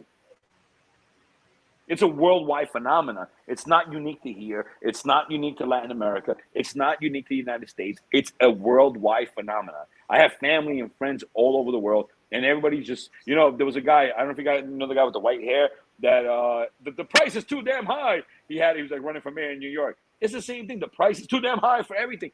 Everything has gone up. Everything has gone up. There's nothing we can do about that. That's a worldwide effect. And you're seeing it here because people think, and this is one thing that, you know what, it's kind of like it's a weird mentality, right? People think that, oh, the whole world, all the prices are going to go up, but Dominican Republic should just stay the same as it is. That's kind of ignorant, I think. You know what I mean? Right. Yeah. So it's funny to say that. Nadito Pay, thank you for stopping by. He says, mofos think because it's a DK, world country, all should be cheap. If you want cheap, right, I agree. You will live in a body. Listen, no, bro. Listen, Dominican Republic is still cheap. If you want to live in Cristo Rey or Lomina, and you want to eat salami with eggs and white rice every single day, hermano mío, eso está barato, coño. Yo, bro, you can live there for like 100 pesos, like 300 pesos, 300, 400 pesos a day. You could do that. But people have a really big misconception about the Dominican Republic. Oh, I'm in DR. Everything should cost one plátano. No, bro, we have a high-end gourmet restaurant. Yo, dude, I live right next to Pepperoni here. And like, look, right here, right down there, that's Pepperoni. That's right there. That's Pepperoni, one of the most high-end places in the Dominican Republic. Here, that restaurant right there, right? And dude, you go there on a Sunday and you see about 13, 14 Porsches parked over there. The whole Porsche club is there. Yeah, please tell me why that should cost 200 pesos for food. Get the fuck out of here, man. Like, seriously, like, people think that you come here, like, we're not in the fucking jungles of the Amazon where we're eating with Amazonian people. We're in the capital of the Caribbean. Like, do you guys really think that things are going to be like $1, $2 here? You got to be out of your mind, man. That's crazy, bro. That's crazy. I can't even understand that. Listen, guys, you guys are hearing it from the man himself, been living in Santo Domingo, the most expensive city, probably to live in the Dominican Republic, probably to live in. I'm in Piantini, bro. If you ask anybody, bro, I live in Piantini. If you ask anybody, when you tell somebody, where do you live? Piantini. That's like, oh, shit. That's like saying, where you from New York? I live in Chelsea. I live in Flatiron. I live in, like, Wall Street. Oh, shit. Okay. Bro, you can't expect, listen, you cannot expect to get good things for $1. It's unrealistic, right? Anywhere. All right, guys. So make sure you guys check out Mario's website. Dropped it in the comments again. For anybody who's coming to rent, anybody coming to buy, like I said, found somebody reliable who we could sit down, talk to, tell us what it is, not give us the fluff, not give us the clouds and the rainbows and the unicorn. You know, he says something in the beginning of the chat where it's like, you know, you got to take your time to realize who you're talking to. So me and Mario, like, we interact for, like, I want to say over a year, even before the pandemic, and the expat group on Facebook. Real cool dude, and love the genuine information he puts out from driving in the DR, from renting cars. So definitely something that stood out to me is that you want, what is it, like, lo que es barato va a salir caro? Like, if you want, que barato, mira, I have one rule here, I tell everybody. Que barato sale caro, hermano mío. Meaning, like, yo, bro, everything that if you try to get cheap shit here, it's gonna come out more expensive, right? We learned one thing. There's a thing that I learned is that being cheap or being poor costs you more than being rich, because you have to buy everything 2 to 3 times over because you try to be a cheapskate about it, right? So what I try to do is I try to educate everybody about moving here, whether it's health insurance, whether it's this. I know how to run shit with health insurance. I know what you have to do about car insurance. I've gone through everything because of the life that I live here. I've gone and I'm going through everything. So I try to guide people through it. And you're adjusting to a different culture, right? So you're going to have to switch up your entire game of everything that you knew where you're coming from, right? And that's okay.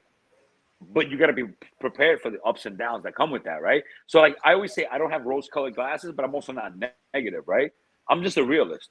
I'm going to keep it real. I'm going to keep it 100 with everybody. What you need to do, bang, bang, bang, bang, bang, bang, dale pa'lante. Man, the dale pa'lante, yeah. Keep it moving in the Dominican Republic. You move down here full time, you'll realize just how important that is. But first of all, I just want to give a special shout out to everybody who just joined this live stream for the first time, this channel for the first time. Really appreciate you guys from the bottom of my heart. Please make sure you like the video, subscribe to the channel. Thank you for the support and watching. Thank you. A special shout out to you guys even watching in the States, in Colombia. Special shout out to Luisa. Parceros, que yo, parce. Paise, Colombia. Special shout out to all the Colombians. Luisa, mi amor, I know you watching. Me voy para allá, para Medellín, parce. Better see you no paise. You have a shirt that I'm says going to Medellin. I got my boys in Medellin. I'm going there soon. Ya tú sabes. I've been out there before. That's I'm going in Colombia. You're going in Agosto. You're going para allá in Agosto for the flower festival. That shit sounds lit. Yeah, man. We got a lot to talk about off the air. But Teddy KGB, appreciate you for the super chat. Always on time. He says exactly. It's not a third world country. It's a developing country. People have some serious paper. Bro, the paper, bro. I gotta tell you, bro, the paper that these motherfuckers have out here. I'm keeping it real, bro. Yo, dude.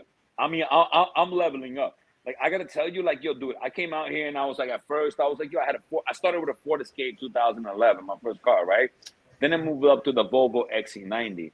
Now I'm like, yo, I need a GLE 53 AMG with the blackout package because I gotta really ball out on motherfuckers, right?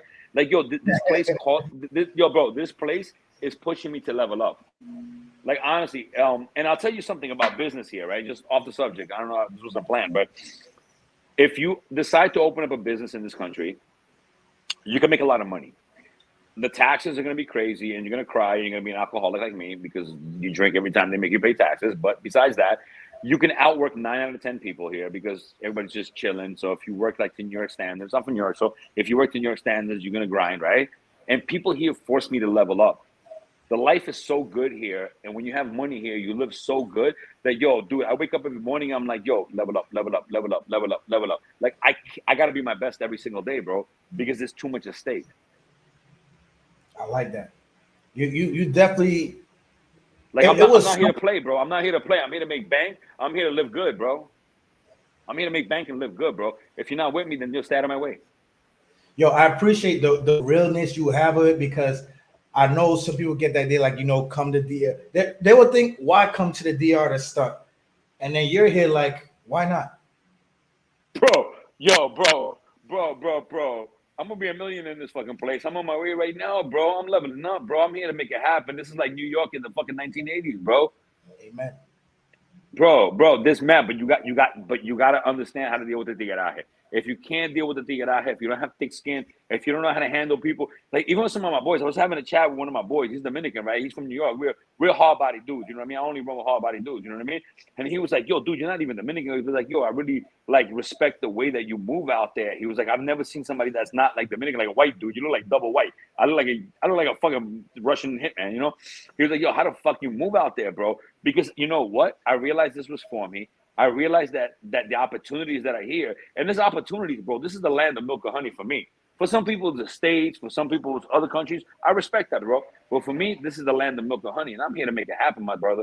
I'm here to make it happen. There's a lot of money to be made here. You can really outwork motherfuckers out here, and you just do your best. It's really easy because it's easy and it's hard. It's hard because you have to deal with the tigueraje, right? The tigueraje, bro, yo, I'm not going to lie, yo, that shit takes a toll on a motherfucker. There's days I'm home for like 2 days, and I'm just like, yo, I'm taking a break for 2 days. I don't want to talk to nobody. I need to get my head back together because I really don't want to choke nobody out. But once you get past that, right, you can outwork when it comes to work skills and work ethic and things like that. You can outwork 9 out of 10 people because if you're a real dude and you hustle hard, you're gonna outwork a person out here. Just work honestly. Like I've applied that everywhere, not just here, right? Like be honest, don't screw people over, do your best, help people. That's it. It's like to me, like in business, I think business 101, right? Like don't be a dick.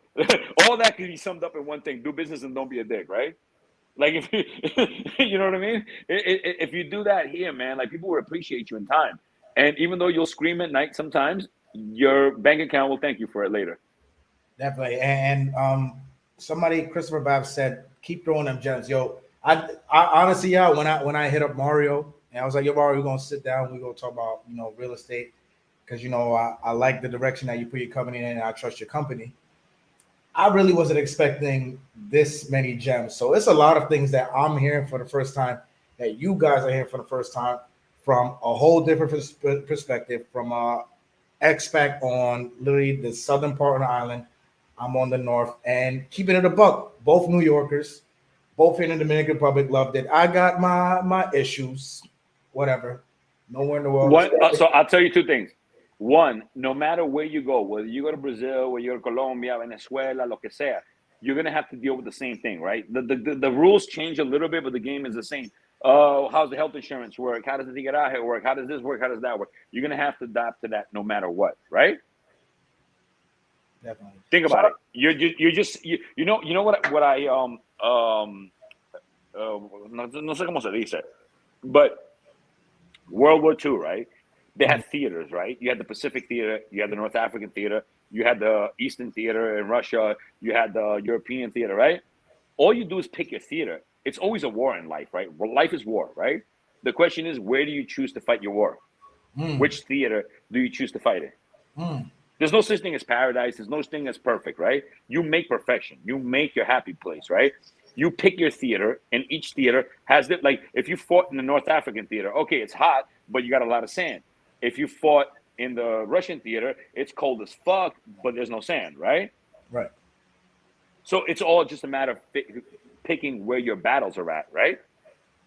I hope that you guys could slow that down, rewind it if you have to, because that was just something, you know, I kind of mentioned a few weeks ago, where it's like pick your happy. Pick your happy. Where you want to bat? Where you happy fighting? Right? It's like an MMA fighter. I like fighting in Dubai, but I don't like fighting in Brazil because they're dicks and they spit at me when I fight in Dubai in Brazil. Right? I like the octagon in Dubai because they're mad cool in Dubai, but I don't like the octagon in Brazil because they spit at me and throw bottles at me. Boom, ya tú sabes. Where do you like to fight? Where do you want to pick your fight? Life is a fight. Life is a battle, bro. Until the day that you die, you're gonna battle it out. If you're a hustler, if you're a go-getter, if you're a person that's looking for their happiness, that's going out there for it, you're gonna have to battle your entire life. The question is, which octagon do you want to step into? There you have it. And what are the rules of that octagon? And speaking of the octagon, Charles has a question for you. Charles, thank you for the super chat. I really appreciate you. Charles asks, what can I do with $5K a month? If you're making $5,000 a month here, so here's my best advice, right? At one point, I owned an apartment in Sosua because I really like Sosua, right? And I bought it cash, $55,000. Boom, I had it, right? Maintenance was $200 a month. If you make $5,000 a month, it depends on what you want to do with your lifestyle. Like my lifestyle is very expensive. I go to high end. I spend probably about $4,000 a month on restaurants. That's just my lifestyle, right? I'm sharing with you guys, right? I spend about 4 G's a month just going out getting beer, drinks, light, whatever, right? So if you make $5,000 a month, your best bet is to figure out how you can buy a property here and pay it off. That way you have maybe $100 a month maintenance or whatever. Then you have your health insurance. Health insurance is $50 for a medium plan, $100 a month for the high-end plan, which I recommend right off the bat. Then you have your internet and everything like that. So let's say you have $400 a month with your basic utilities out of that, right? That leaves $4,600 a month, right? That leaves $4,600 a month to live here with if you buy your property outright and your car outright, right? Because you got to figure out you need a car here as well. So if you have $5,000 but you don't have those things paid off, you're gonna have to really, really, really be kind of frugal about it. But if you have your house and your car paid off, you can live really well for $5,000 a month. So you see what I'm going with it, right? Because if your car and your apartment costs you $1,500 a month, right? You got $3,500 a month to play with. Now it depends on what you want to do. Do you like to go out with girls? Do you like to party? Do you like to go pop bottles? Do you like to do shit like that? Or are you just a person that just cooks at home and goes out once a week? ¿Tú me entiendes? Where do you live? If I live in Santo Domingo, I'm going to spend one money. If I live in Mao or Santiago, I'll spend a different kind of money. You understand what I mean? Right. So the key here to this country is buy your car cash, buy your apartment cash. If you do those two things, you're going to live boss after that. Cash is king wherever you go. Especially here in the Dominican Republic, cash is king. Like Mario said, depending on your lifestyle, end of the day, the house is paid off, the car is paid off, whatever, still more cash. Because it depends. Like, I like to go out a lot, bro. I'm out all the time, bro. I go with my boys. Yo, we drop 400 on a dinner bill. You know what I mean? And we split it 3 ways. Definitely get that. So how long should someone stay to figure out if it's their scene? Before they buy, before they rent, how long do you recommend someone staying in an area or in the Dominican Republic to figure out, all right, this is where I want to come and invest money, or this is where I want to come and rent to eventually invest money or buy? How long do you personally recommend somebody? Fair question. I would say live there 6 to 12 months fijo, like steady, right? So I'll give you a story, right? Quick story. I'm from Santiago. I'm from New York, but I'm from Santiago here in the country, right? And I bought 2 places in Sosua because that's where we go down to the beach. And I used to come down every 3 months when I had my business in New York, chilling with shorties, having fun, ya tu sabes, todo tranquilo, blah, blah, blah.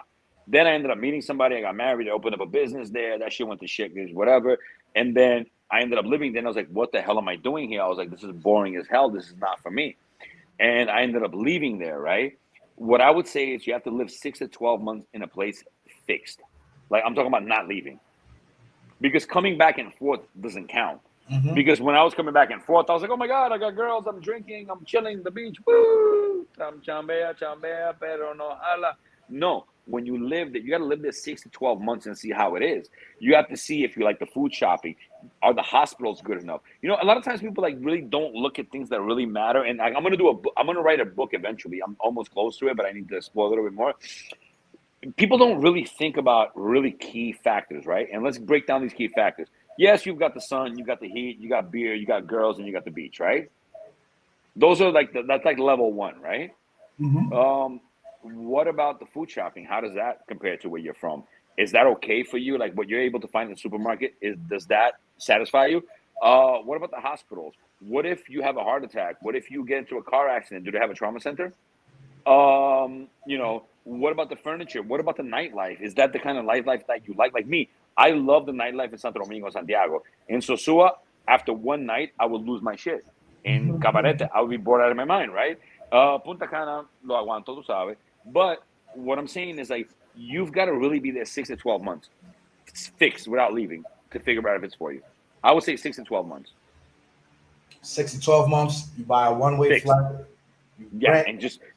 Yes, because when you're coming back and forth, everything, you know, our natural reaction is, right, we're coming from places like New York, Philly, Toronto, whatever, right? We're coming from places that are cold, brick cities, right? And the minute we come down here, oh my God, everything's so much better. The beer is better, the air is better, the water is better, everything's better, right? Like, it's natural.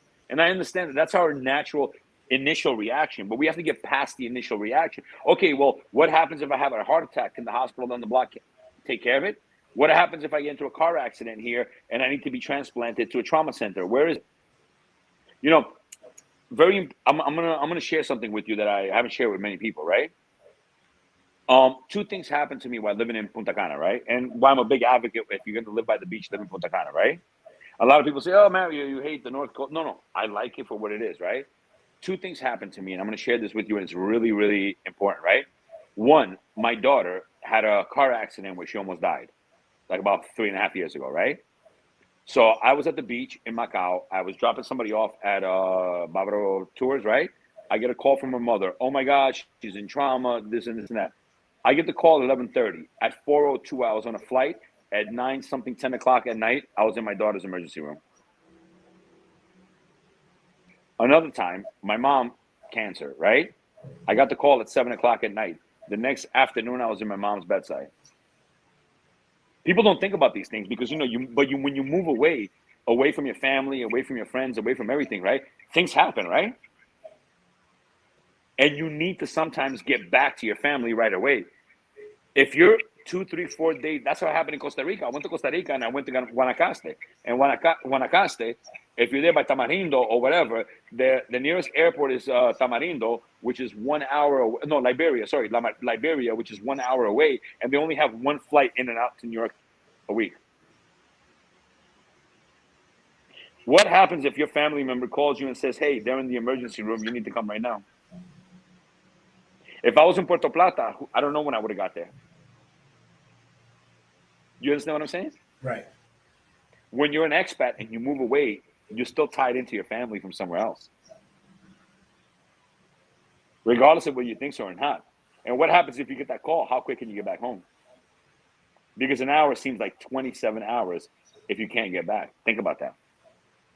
Access to an airport that has tons of international flights. Santo Domingo, Santiago, y Punta Cana. Make sure you guys take note and think about that. Also, you know, the airport situation.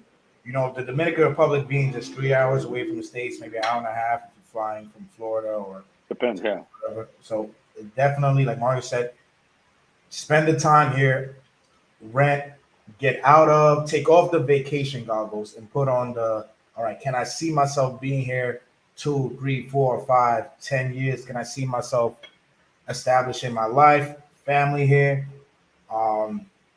possibly living here till my old age, dying, or wherever you are in the world, you know, because it's a great place, man. Listen, it's a great place. It's got a lot of great things going for it, right? It's got its pluses and it's got its minuses, right?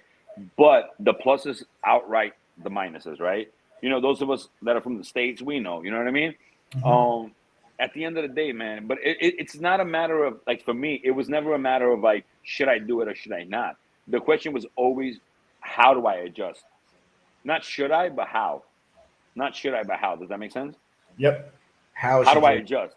Yeah, like, what do I got to do to, like, yo, ya tú sabes, mi tigueraje, brother. Yo, like, and then you get, and the one thing I have to explain to everybody, you can speak perfect Spanish. It means fucking dick. Sorry for my French. I don't know if I'm allowed to curse, but it means nothing, right? You can speak Spanish like a Spaniard, right? Like pique. All that shit that they spit, it's not going to get you anywhere. So I'll give you another story because I got tons of stories, right? I learned Spanish, but just by speaking on the street and shit like that, right? And through my friends. I went once when I lived in Sosua, I went to a Spanish class, and the teacher was Spaniard. She was a Spanish lady from Spain, right? And she said to me, she goes, Mario, you know, when I take get my beer. She goes, when I take the concho, the public car and everything, they're always trying to fucking jerk me. And I was like, but what do you mean? I'm like, you speak perfect Spanish. She was like, yeah, but they can tell that I'm from Spain. Porque los españoles hablan así. I don't know if you've heard people from Spain speak. They have a very distinct dialect, right? That shit, like, they spitting at you. They spit like that. Shit, fuck, right? Right? Those motherfuckers speak like that, right? So, and I realized I was like me, I have a certain accent. Like I use the R as an I. I don't know, like, if that makes any sense, but, like, my R is an I. Like, I don't say como, oye, mi amor, tú me vas a matar. Yo digo, oh, no, mi amor, tú me vas a matar. Like, I have a certain, my accent is really from, like, Cibao, from, like, Santiago, La Vega, and, like, I have a very, like, a country accent that I speak, right? And I developed that over the years because I started it, I grew up with a bunch of Cibaeños in New York, right? So my dialect is like, so let me explain it to you. It's like, imagine if you saw me like, so I'm white in the Dominican Republic, right? So imagine I was Chinese in the United States, right? And I came to you and I was like, well, look at here, boy. I'm right here to talk to you about right here. Look at here, look at here, look at here. Talking like a real Southern like dude, right? Does that make any sense? No. Imagine a Chinese guy came up to you right now, right?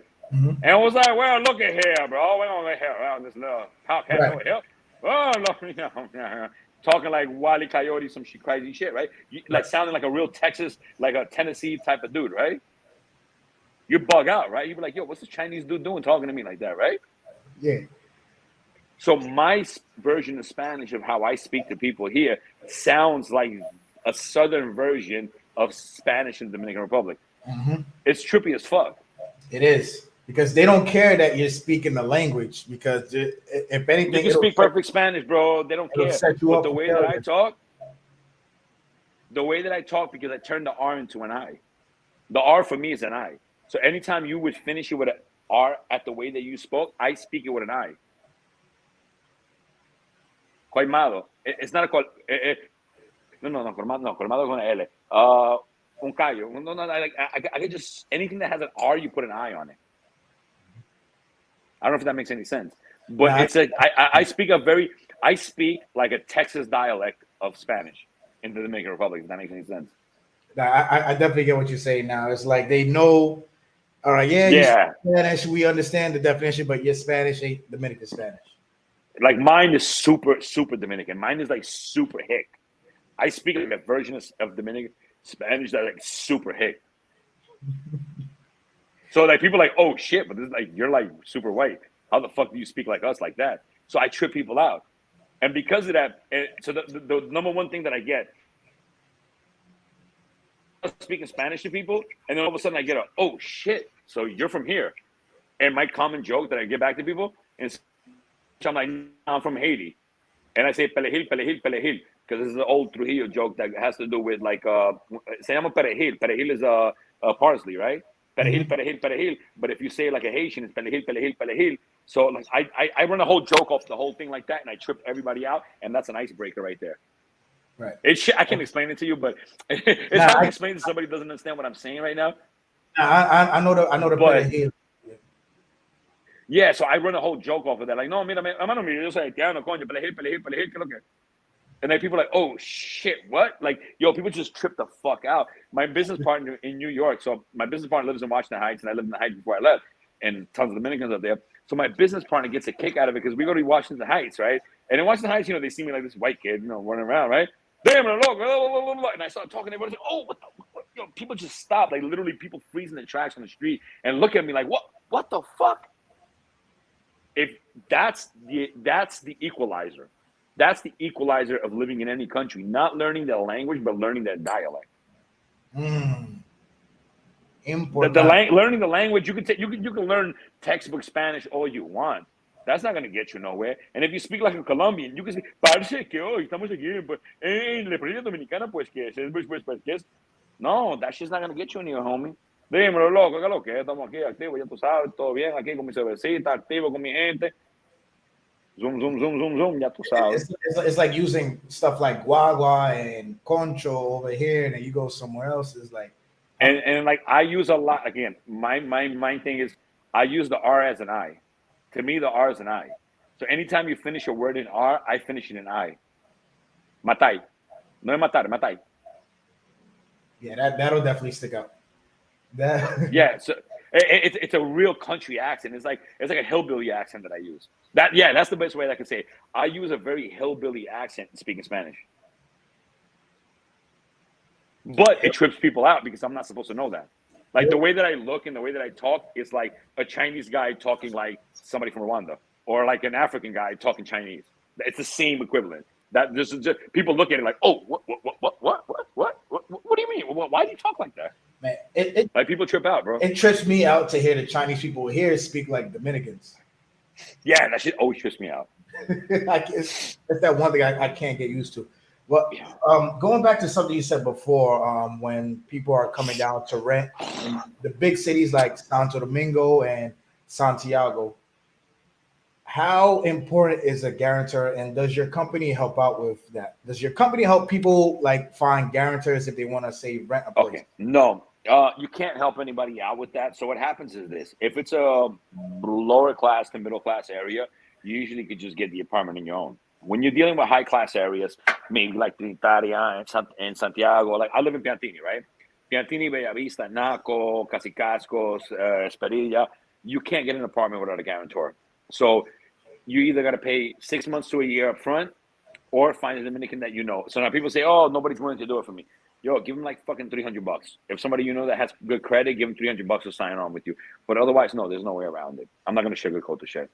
There's no way around it. So no. The way around it would just be like how you said. So just 6 months to a year up front, or pay somebody that that has good credit, and it has to be somebody that actually has like movement in their bank. So like I'll give you an example. I lived in Bella Vista in a tower for a year, and it's weird. So I'll give you my story, right? Because I can give you from experience, right? So I used to live in a studio above a colmado, no problem. I got it to my company. A year and change ago, I lived for a year in a tower in Bella Vista, and first I found the place in Piantini. I applied. I had tons of money in the bank account and everything, and they didn't like the guarantor. It was my friend's mom, but she didn't have enough income, movimiento, whatever. They look at like bank movement, right? Money coming in and out in the bank. And they just straight up rejected me. And I'm like, yo, but I got like $50,000, $60,000 in my bank account. What the fuck you mean? No, reject it. They didn't want me, right? I applied for the next place. I had to find another guarantor, which is my friend's aunt who works for Banco Santa Cruz. She signed on everything. I had to show bank statements, everything. Yo, bro, everything, bro. I got the apartment. I moved to a much more higher end apartment right now in Piantini. All they wanted was my passport and the cedula of my guarantor. Didn't ask me for anything else, and I got in right away. But no matter what, you need that guarantor. You see that? My passport and the guarantor. It's not the person they want, but just you could do it with their cedula and. Well, it's the person, it's the cedula. But sometimes they ask for a lot of paperwork. Sometimes they just might ask for your passport and the cedula. It depends. But no matter what, in the nice areas, you need a guarantor. In Punta Cana, bro, I've rented. I've never needed a guarantor. I live in Capcana. I live everywhere. Anywhere else I've lived, I've never needed it. The only place I've ever needed a guarantor was like Piantini, Bella Vista, Naco, like the high-end areas. When you're dealing with the high-end areas, it's already pre-done on the application. Okay. Like the requirement, like to fill in, it's already there. Is the level of need for a guarantor different by city? Or it's just by area. In Punta Cana, not much. They know there's a lot of there are a lot of expats there, a lot of foreigners, so you really don't need it in that area. In Santo Domingo, in the high end areas, yeah, you need it. Santiago, maybe like if you're dealing with like Trinitaria, Villa Olga, algo así, but not in the whole place. It has to do with the upper echelon, right? Like if you're in New York, it has to do with like if you're looking to live in Chelsea, you're looking to live in Midtown East, you're living to live in Flatiron, you're gonna need that. If you're looking to live in the Bronx, you're not gonna need it. Right. That's weird because I definitely needed a guarantor to live in Gurabo, and Gurabo isn't any of the other places. Which is really weird. Yeah, sometimes they could be a little bit weird just because you're a foreigner, right? Like sometimes they can be really weird. Like my situation is a little different because I own a business here, right? So I can provide like right away. Like I'll be like, yo, this is who I am. Look, here's my website. Here's who I am. Like I have a whole bunch. I have like a whole thing that I can be like, yo, this is who I am, right? If you don't have that, they might be a little different. But the nicer the area, they usually do want that, yeah. But not in the tourist areas. I have not found that in the tourist areas. Okay. So what is a few things, I want you to take the mic. A few things you want the viewers now in this live, anybody who's watching this video after, to know about your company, to know about you, to know about, the help, the professionalism, the guidance you could give for any part of the Dominican Republic. So what is it you would like to share? The floor is yours right now. Okay. I'll tell you. I mean, we're just here to help you. If you decide that you want to live in the Dominican Republic, right? Like, as I was saying before, I never tell anybody you should live here. You should definitely come. Like, I'm not in the business of pitching things to people, right? I'm not like a used car salesman. I'm not like, yeah, come on down, baby. We got this cool apartment for you. No, I don't do that. But the minute that you decide that you want to come down here, what we could do is offer you the same quality of service that we offer people in the United States, right? We're not like, hey, we're going to just try to push an apartment or a product down your throat. No, the way my team works and the way that we work is like, hey, where do you want to live? What do you want to do? What's your budget? Why do you want to live here? And then we work from that and help you find your dream place. Because at the end of the day, bro, you're going to see me. You're going to see me. You're going to run into me in Punta Cana. You're going to run into me in Santiago. You're going to run into me in Santo Domingo. You're going to run into me everywhere else. I end up being friends with a lot of my clients. And my job is just like to help you find your spot in this country. I found mine, find yours, right? And to offer you like real legit service, man. Like no bullshit. Like I never try to sell anybody anything. I'm like, look, I'm gonna make my money regardless, right? I'm gonna make my money renting or selling to people no matter what. Whether you decide to buy from me or rent from me, I'm gonna make my money regardless, right? And what that does, it gives me the freedom to like not be a dick. Like I don't have to push things to people. I don't have to sell things to people. I don't have to like. I'm not that type of person. Like I'm not a used car salesman. What I want to do is like, look, if you want to move down here, And whether you want to buy, you want to rent, whatever you want to do, talk to me, man. Talk to one of my agents. Let's find the best place for you and go from there. And then you know what? You might rock out in one place for a year, and then you're going to move afterwards. I did that. I moved to Bella Vista for a year. I loved it. And then after that, I'm in Piantini. I'm never leaving Piantini because you know what? I had to go through it, right? And that's it. I just want to offer people the same service that somebody would offer you in the United States. I'm not a pushy person. My company's not pushy. We're here to help people. Like, I want to help you make this transition because I know what it is. I've been through it. Okay. I go through it all the time. Okay. Me finding an apartment for myself to rent in Santo Domingo is just as hard for me as it is for you.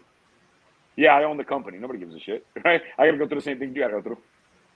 Understand. And how do you work with the cost for people? So what do you have, like packages? Do you be like, all right, listen, if you want to buy, you're gonna buy. If you want to rent, you're gonna rent. Yes. I charge people $1 million gazillion in sharks with laser beams on their heads. No, kidding. No, they don't have to pay me anything. No, so it's just. Hold on, Mario, you're freezing. Hold on, you're freezing. It's still frozen. You still here with us? All right, Mario is frozen right now. We're gonna wait till he gets back, but there you have it, guys. Sitting down with Mario, one of the moderators in the huge Dominican expat group on Facebook. Expat for the last 5 years, Santo Domingo. Definitely, he lives life extraordinarily down here in the Dominican Republic. And you heard him. He said, "Listen, why not?" He's like he gets down here and he's motivated because he wasn't kidding. Because I myself had to like stop myself from wanting to hop in that race. Up there he goes. He's back. All right, cool. So I'll pick it up where I left off. I don't charge anybody anything. This works the same as the States here. If you buy a property from me, the seller pays me. If you rent an apartment from me, the person who has the apartment for rent pays me. So my services are free to any consumer. Okay. I don't charge anybody anything. Oh, that's yeah. I heard it, free 99. Because what's going on here, and tell me, how do you feel about this practice? I know you spoke about the Uber real estate agents, the ATV tour guide. Bocones. Se llama Bocones. Esa gente se llama Bocones. Bocones. A Bocone is like Bocone viene de como buscar, como like a person that does anything for money. So, how do you feel about the practice where people charge to just show you a place? So you have to pay. I'm offended. I'm offended. That's called bullshit. Because what happens is, so you got these people that I'm sure you went through in Santiago looking for an apartment where they charge you 1,000 pesos to show you an apartment, right? And they're like, oh, if you don't get it, I'll show you another one, but they never show you another one. So you end up paying everybody 1,000 pesos, right? These are not real estate brokers. And this is what I tell people, que barato sale caro, right? These are not real estate people. What happens is these are guys that open the door for you. If you like it, great. If not, they're not professionals. And I hate that, and I've had that happen when I first started in my real estate business. People are like, why can't we just charge people for doing that? And I was like, well, go fuck yourself. Go work for another company. I'm not tolerating that. These are not real professional people. And as a person that's been doing real estate for 25 years, I'm offended by that. I honestly, I take that, like, I really get passionate about it. And those people like really suck because they have no quality of service. They don't believe in themselves. They don't believe in their ability to find you an apartment. They just charge you for opening a door to something they put online, right? They pulled the same shit on me because I was looking for an apartment in Santiago and I ended up finding it through my own company, right? But that to me is the most disgusting, disrespectful thing that anybody can do.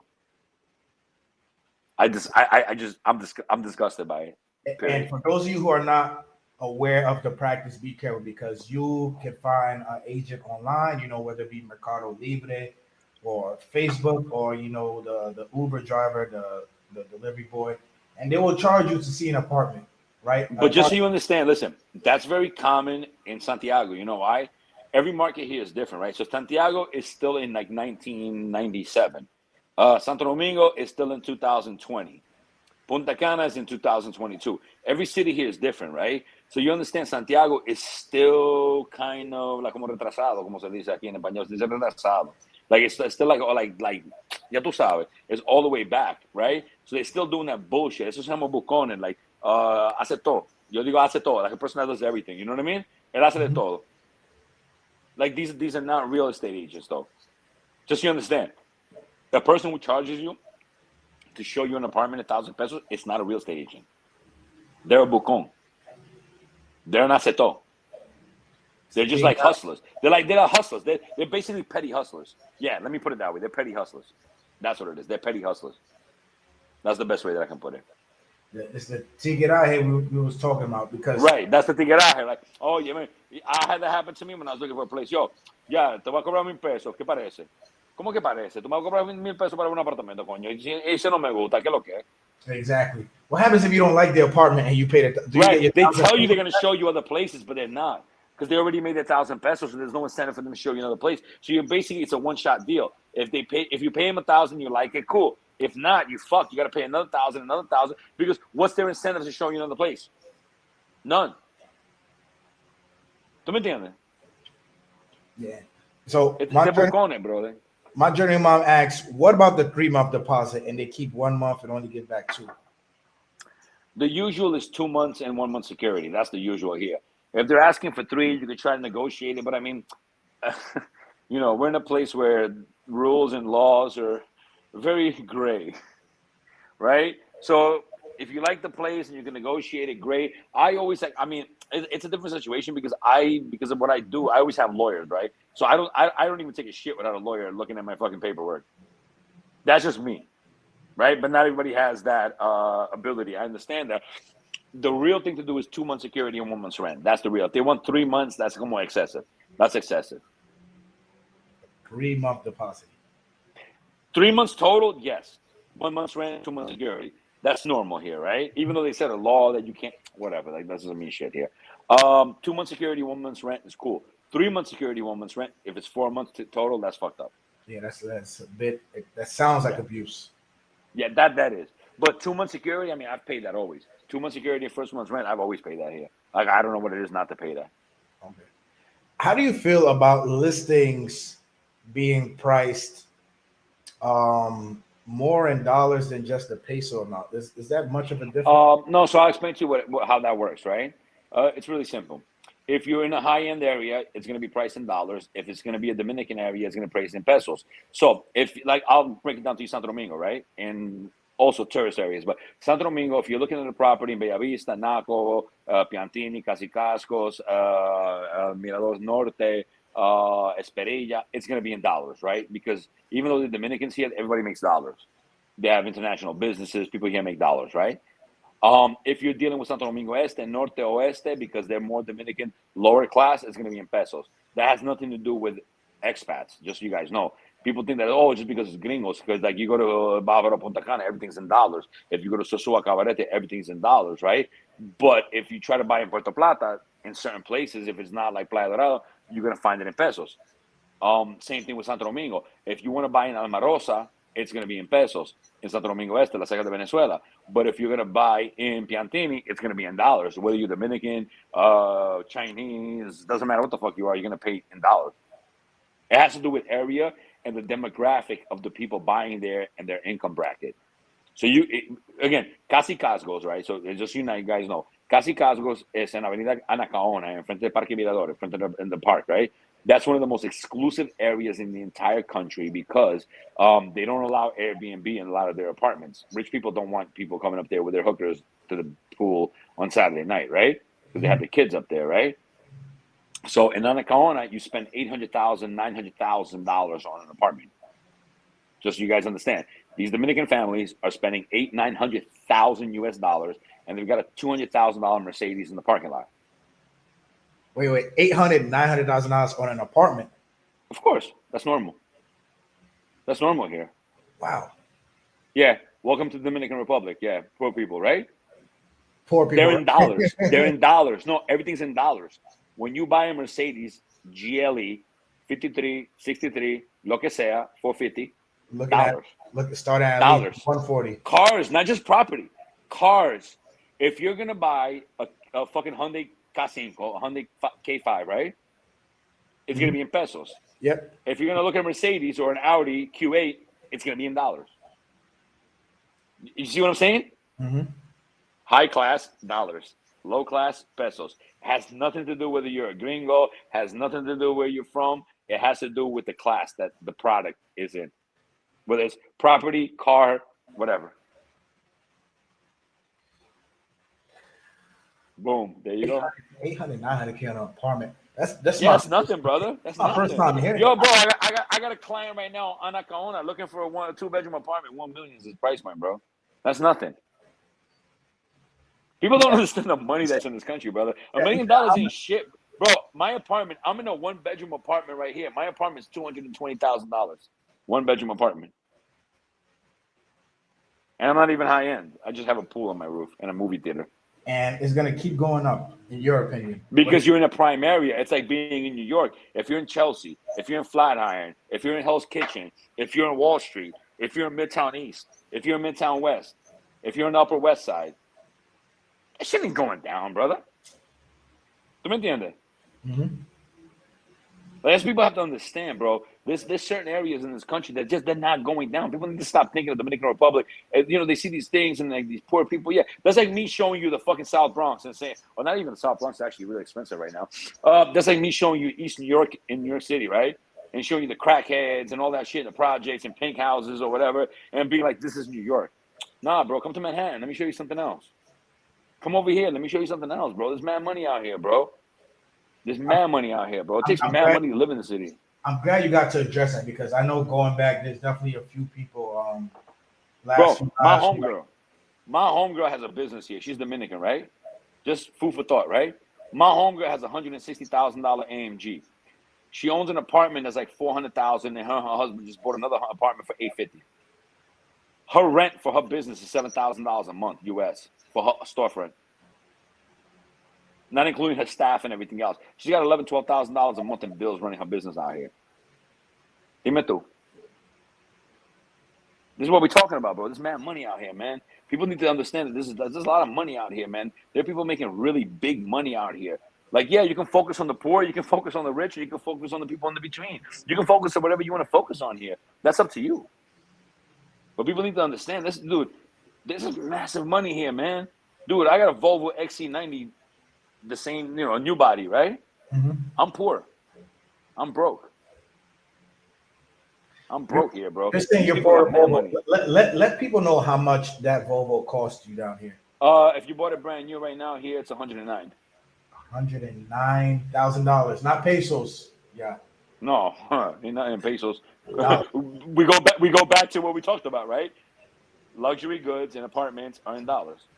No, because I know there's gonna be somebody who's watching, be like 109 for a Volvo. I'm not about pesos, bro. We deal with dollars here, bro. The Benz I want is 155. I'm glad. I'm really glad you brought that up because I know there's been people in the past saying, "Oh, you know, I'm gonna buy in DR, but I'm gonna wait till the market drops, or the boom, or the recession." Listen, okay, bro. Okay. The rest of us are gonna just keep doing our thing. Do what you gotta do, player. You know what I'm saying? Like the world ain't gonna stop because you want to wait until whenever. Like I gotta do what I gotta do. I need a new car. I need a new crib. I move from one tower to a nicer tower. If I decide to buy this, if I decide to buy that, I'm making moves, man.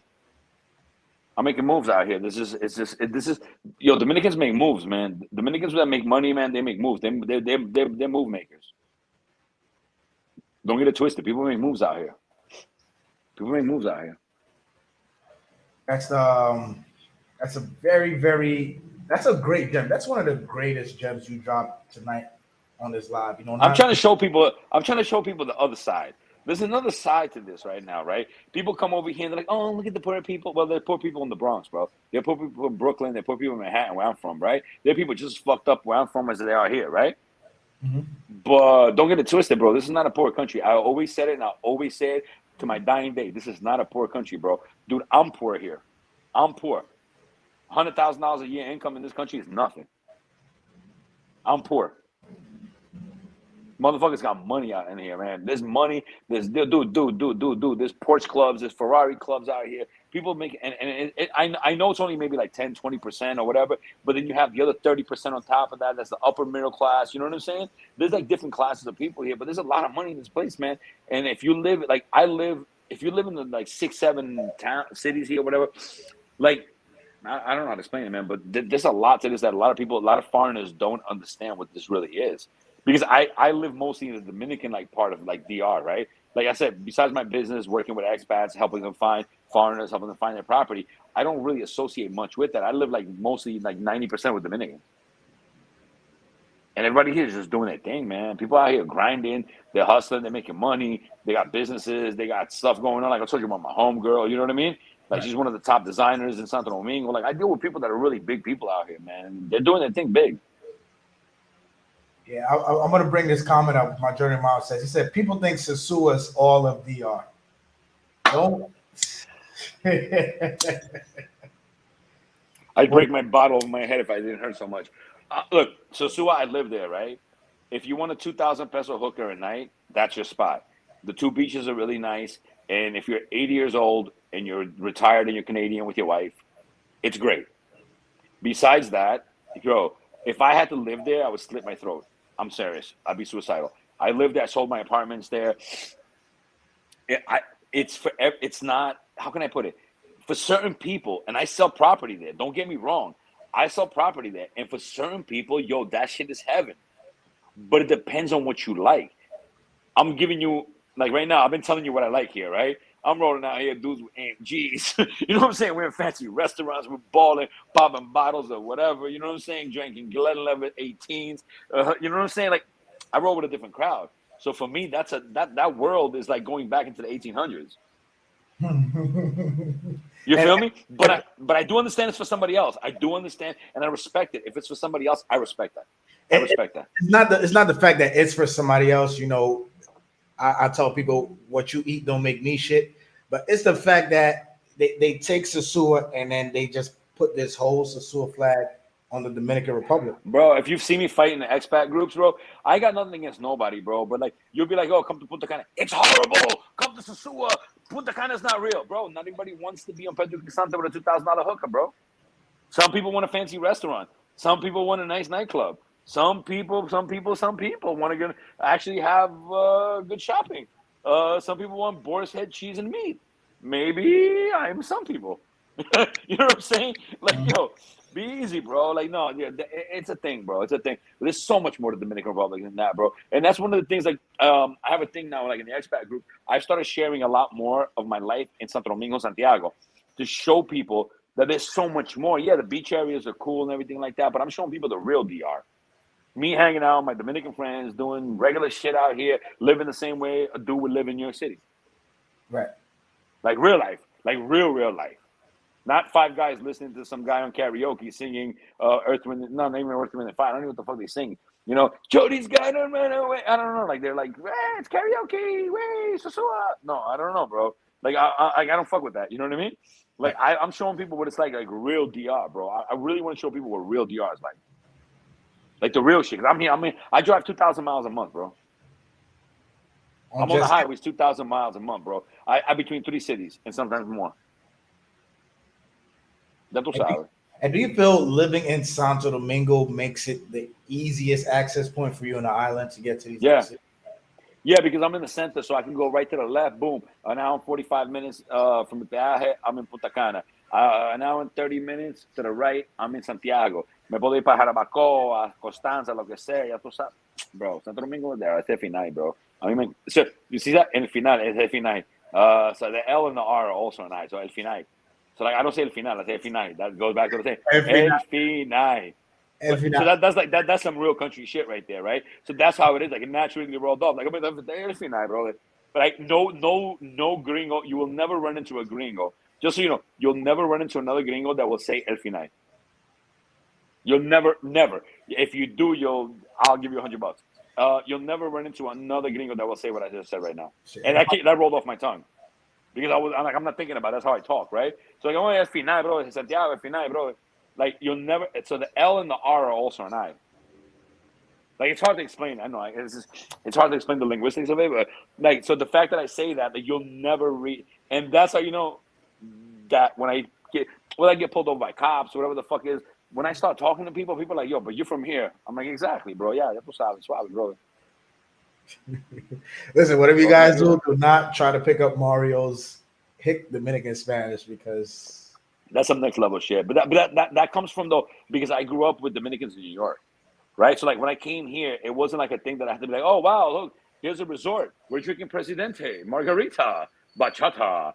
Like it wasn't a thing that I had to pick up. I grew up in New York. I used to watch the bachateros in Washington Heights when I was like 19 years old, 20 years old. You know what I'm saying? I was in the pool halls with Dominicans, fucking whatever, ya tú sabes, haciendo vaina when I was younger. So the thing is, like for me, it was just the transition versus something new. I don't know if that makes sense. Right. But yeah, those are things that I like to do. I'm trying to show people like what real DR. It's dope, man. It's got its pros and cons. And like I said, I've screamed really loud many times, and I'm frustrated a lot of times. And you know, I always say to people, I'm like a black dude in China. You know why? Because I can't hide my color here, right? Like I look double white. Everybody's like, you look like Russian hitman. I look like my name is Boris, right? Like think about it. Like, hello, I am Boris. I am here from Russia. Like people are like, yo, dude, you look like double white. You know what I mean? I always say that, but like the girls ask me, and I say it in Spanish, right? They're like, girls are like, where are you from? I'm like, oh, mi amor, yo soy doble. Amor. So I just said it. So instead of mi amor, I say mi amor. ¿Por qué no mi amor? Mi amor. Mi amor, yo soy doble gringo. I tell girls I'm double white. I'm like extra white. And they're like, pero ¿cómo así? I'm like, but I was born in Europe and I'm from New York. Ah, pero tú eres americano, no, pero soy gringo también, doble gringo, mami. Like it's just jokes, you know. But you can see where I get laid a lot. So I was supposed to say that, but yeah. I can tell you definitely in your element down there in Santo Domingo. But Mario, brother, I got you over the 2-hour mark. If there's any last questions, y'all, before we close out the live, for Mario, like I said, drop the link to his website. You guys could contact him through there. Mario, if you want to drop any other information. But listen, y'all, like you said, the man doesn't charge. He gets paid from the owners. So don't worry about hitting him up with your checkbook. Don't worry about going to the office with checkbook. Has offices in Santiago, Santo Domingo, and Punta Cana. And New York. And where? New York, Manhattan. And New York and Miami. So people could go to New York to ask you about property here in Dominican. All right, that's cool. They'll meet with my partner up there because I ain't trying to go to New York. He can FaceTime you from over there, but I ain't going. I'm good here. I'm good here. I'm okay. We can video chat just like this. Hi. I'm okay. I'm not going anywhere. Yeah, screw that. I know. You're like me? Go to New York? Nah, that's okay. I do it. I do it to see my kids and my mom, but it's very rare. And I dip in like 3-4 days, and I dip right back out. I know how that goes. Definitely. Ain't about that life right now. Nah. Definitely. Let me see if I finished up on. Oh, I wanted to ask you. Sorry about this. What is hard to adjust to for you till this day, besides the ticket out here? Chapeadoras. Oof. What you mean? So it's a nice way. Chapeadoras is a nice way of saying prostitute, right? Mm-hmm. But it's not the prostitute that you would think of. Like, hi, my name is Janet, and I'm going to charge you $100 to have sexual intercourse with me. You know, there's a big thing out here, como la chapeadora. Tú sabes, like you go out with a girl, and like I give you an example. Like I was talking to this one girl. She was hanging out with me one day, and she was like, "My mom always told me that if I have sex with a guy, I should never come home empty-handed in the morning." I'm like, okay, bueno, eso es un chapeo, mami, es un chapeo, full. So here, when you have sex as a man, right? So we're doing it with the man, right? There's the sanky-panky part of it. I can handle that at a different time with the women. But speaking about the men, there's a thing with Latin American cultures, the man's a provider. You're only good as your money, as your last check, as what you can provide for somebody, right? So you're naturally supposed to be a provider. And, you know, one of the biggest pet peeves I have about people is if you look at my ex-wife, I'm not going to say it hasn't happened to me. Yeah, I caught it and I cut it off, right? And one of the biggest pet peeves I have, like women, I think get a misconception about me because the way I look and everything like that, people think that I run around with these like big booty, like all done up girls with fake titties, fake ass, and I like the most like sensible women that you can find, right? But that doesn't mean they're not chapeadoras, right? And people are like, it's the women you find. That's like telling a woman like, oh well, you wear a mini skirt, so the guy should have hit on you. don't blame the victim. Don't fucking blame the victim. The culture here is that if a woman has sex with you, you're supposed to provide monetary compensation and gain for said sex. That's one of the things. So it makes it really hard to have like a real relationship with somebody here, man. Like to really meet somebody that like you could like you really bond with, because everything here. So just you understand, even like the rich people, right? The rich people, they meet and they get together within families, like poppies. They call them poppies, right? The poppies, the poppies are basically preppies. Translation in English, right? They stay within the same families. They marry because of the benefit to the family. Then they maintain the family wealth, right? Women here, when they're dealing with men, they're looking for what kind of lifestyle can you offer me, and that's called choppy, right? Because it's like it's not so. There's different versions of it. There's like, hey, we had sex, send me 5,000 pesos tomorrow. That's one level, right? But the other ones are great. We're dating right now. I need some shoes. I need this. I need that. I need you to pay my cousin's stove. I need you to pay this. And most people get caught up on that. You know what I mean? But it's the hardest thing. I found it really hard to connect and find like a girl that like a girl paying half the bill or inviting you and paying the bill. Yeah, that's just almost unheard of. And I know that it happens, because women like, nah, we're not all like that. Right. But out of 100 people, if 97 or 95 are like that, then you find the other 5. And then you got to actually bond with them, right? Think about it, right? Okay, you have out of 100 girls, you have 5 nice girls here, right? But first, I got to like your body. I got to like your face. I got to like your personality. I got to like your humor. I got to like. Out of 1,000 girls, maybe 1, 2 are for me. The rest are either choppies or just, if they're nice, they're not my type. That's, man, you hit the nail mathematics, on bro. That's today's mathematics, God. Of what it's like dating when you're here full time. So this my Jordan Miles is my guy. That's my bro. That's my neighbor. He says for him, he doesn't believe in relationships here in the Dominican Republic. You can't, bro. You got to know somebody at least a year and a half. You got to know somebody at least a year and a half, just casually chilling with them, until you could just like even like taking them halfway serious. So he asks, how do you deal with them? Do you give them jobs or how do you what? Like, do I give them what? Fuck, I look like Santa Claus. Well, how do I deal with them, bro? Well, there's different ways to deal with them, right? So here's the thing, right? You take girls out, you go to dinner, you take them to nice places, you smash. And if they need certain things taken care of, so I'm going to keep it real with you right now. All my boys that got bread, right? All my boys that got bread, they maintain 5 to 7 girls. No stigma behind that. My people that got money, they be like, yo, I pay this one shorty's rent. I give this shorty this. I give shorty that. They got 7 shorties that they're smashing at any given time. And they interchange them. One gets cut off, another one gets brought in to the circle. Boom. It's a business, brother. It's a business. If you think you ain't paying for it, yo, the worst is that you take a girl out, you spend mad money going to dinner, bars, clubs, and then she still wants money at the end of the night. The next day for her air conditioner off or whatever she needs to get fixed. Nah, son.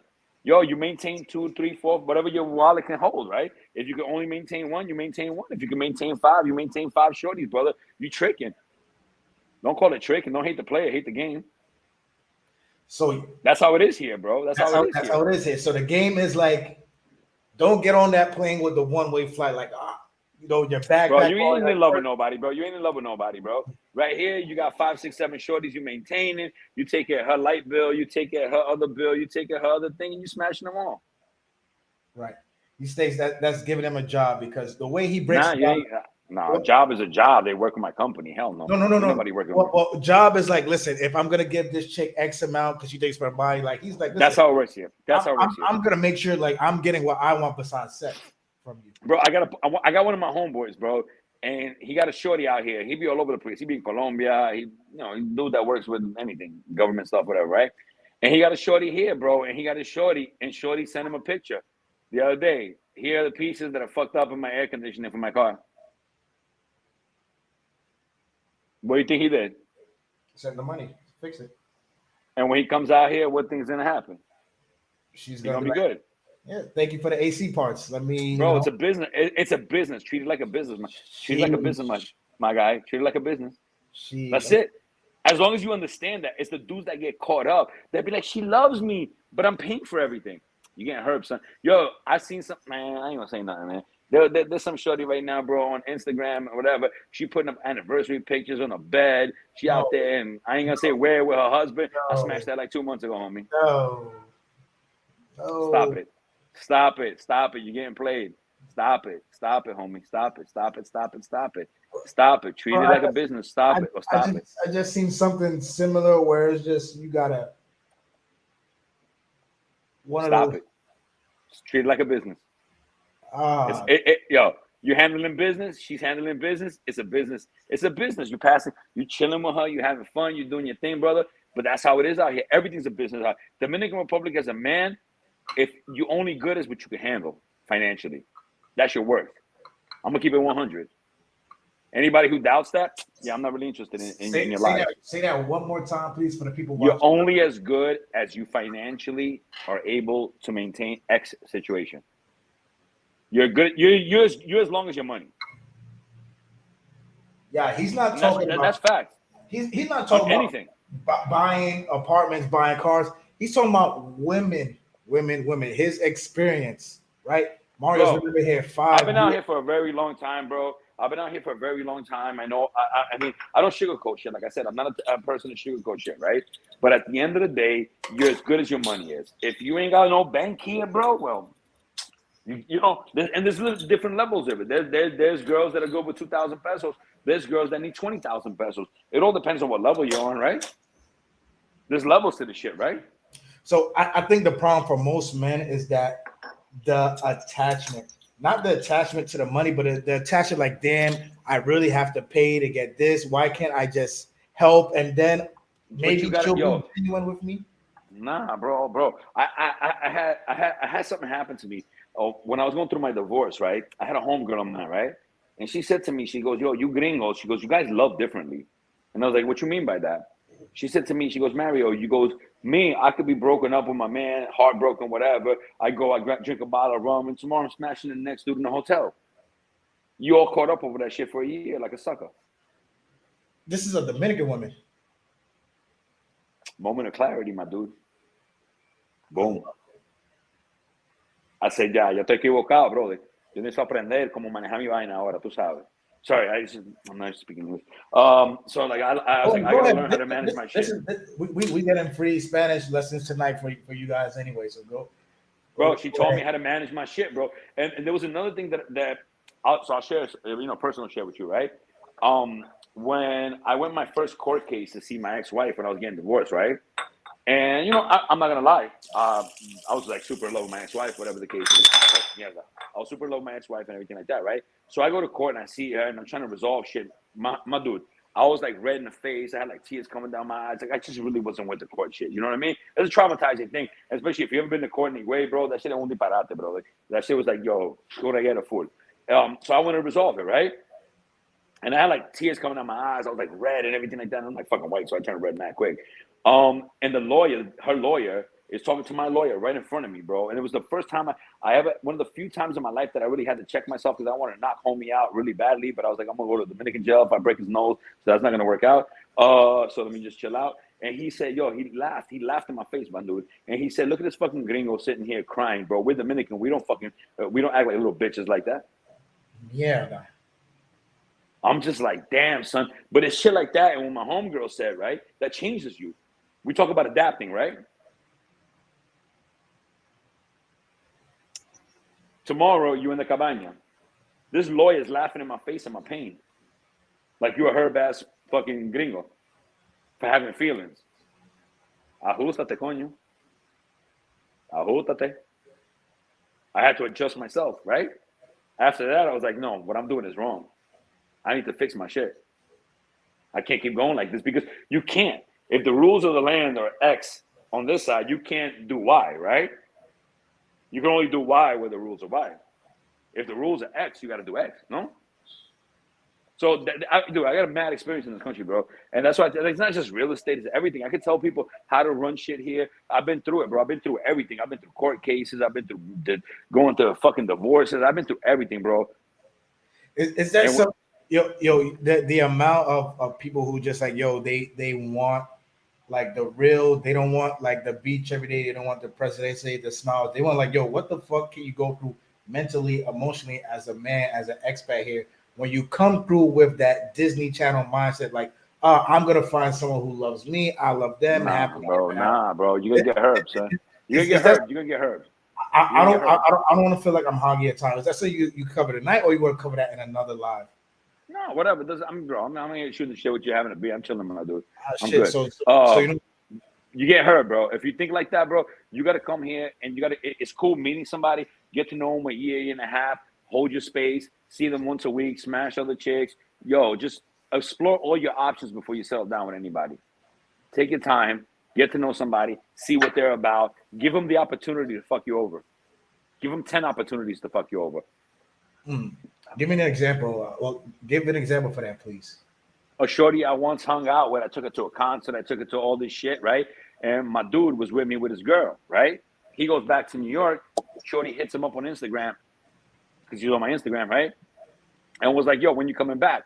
So my homie sends me the thing. He's like, yo, the shorty was when I was with you. I'm like, yeah, tell her you're coming back down next week by yourself. He's like, yo, I'm coming back by myself. I want to hang out with you. Hitting on my mans, bro. We deaded her. But you know what I'm saying? And you think like, oh, because you're not being, bro, shorty laying up, shorty in concerts, shorty high-end restaurants, everything. Gave her some bread when she left and everything. Go get your hair done, go everything done. Everything you can do for somebody. You think that was appreciated? The one common misconception people have is that people appreciate what you do for them. They don't. Guard your neck, like Wu-Tang said. Guard your neck, bro. Guard your neck out here. Guard your neck out here, son. Shit is real. Even my man was like, damn, son. All my mans were like, damn, son, she's trifling. Trifling. And if that wasn't my real G, he would have just went and smashed it. And that's one to grow on. G.I. Joe. Yo, I've been through it all, son. I've been through it all out here, bro. That's why I have a tight circle and I run with really tight dudes out here. All my dudes are mad heavy out here, bro. I run with a heavy circle out here. And all we do is just work, have businesses, and make money, man. And all that other extra stuff, we're not really with that. Because you'll see that. You see that? You would think like, oh, yo, bro. And now I understood why. Yo, shorty got 2 kids and everything. Now I understand why her baby daddy's like skeeted off on her. Trifling, bro. Yo, you always hear from the women as a foreigner, Dominican men are terrible, machismo, They are. And that's another thing. So here, let me be fair.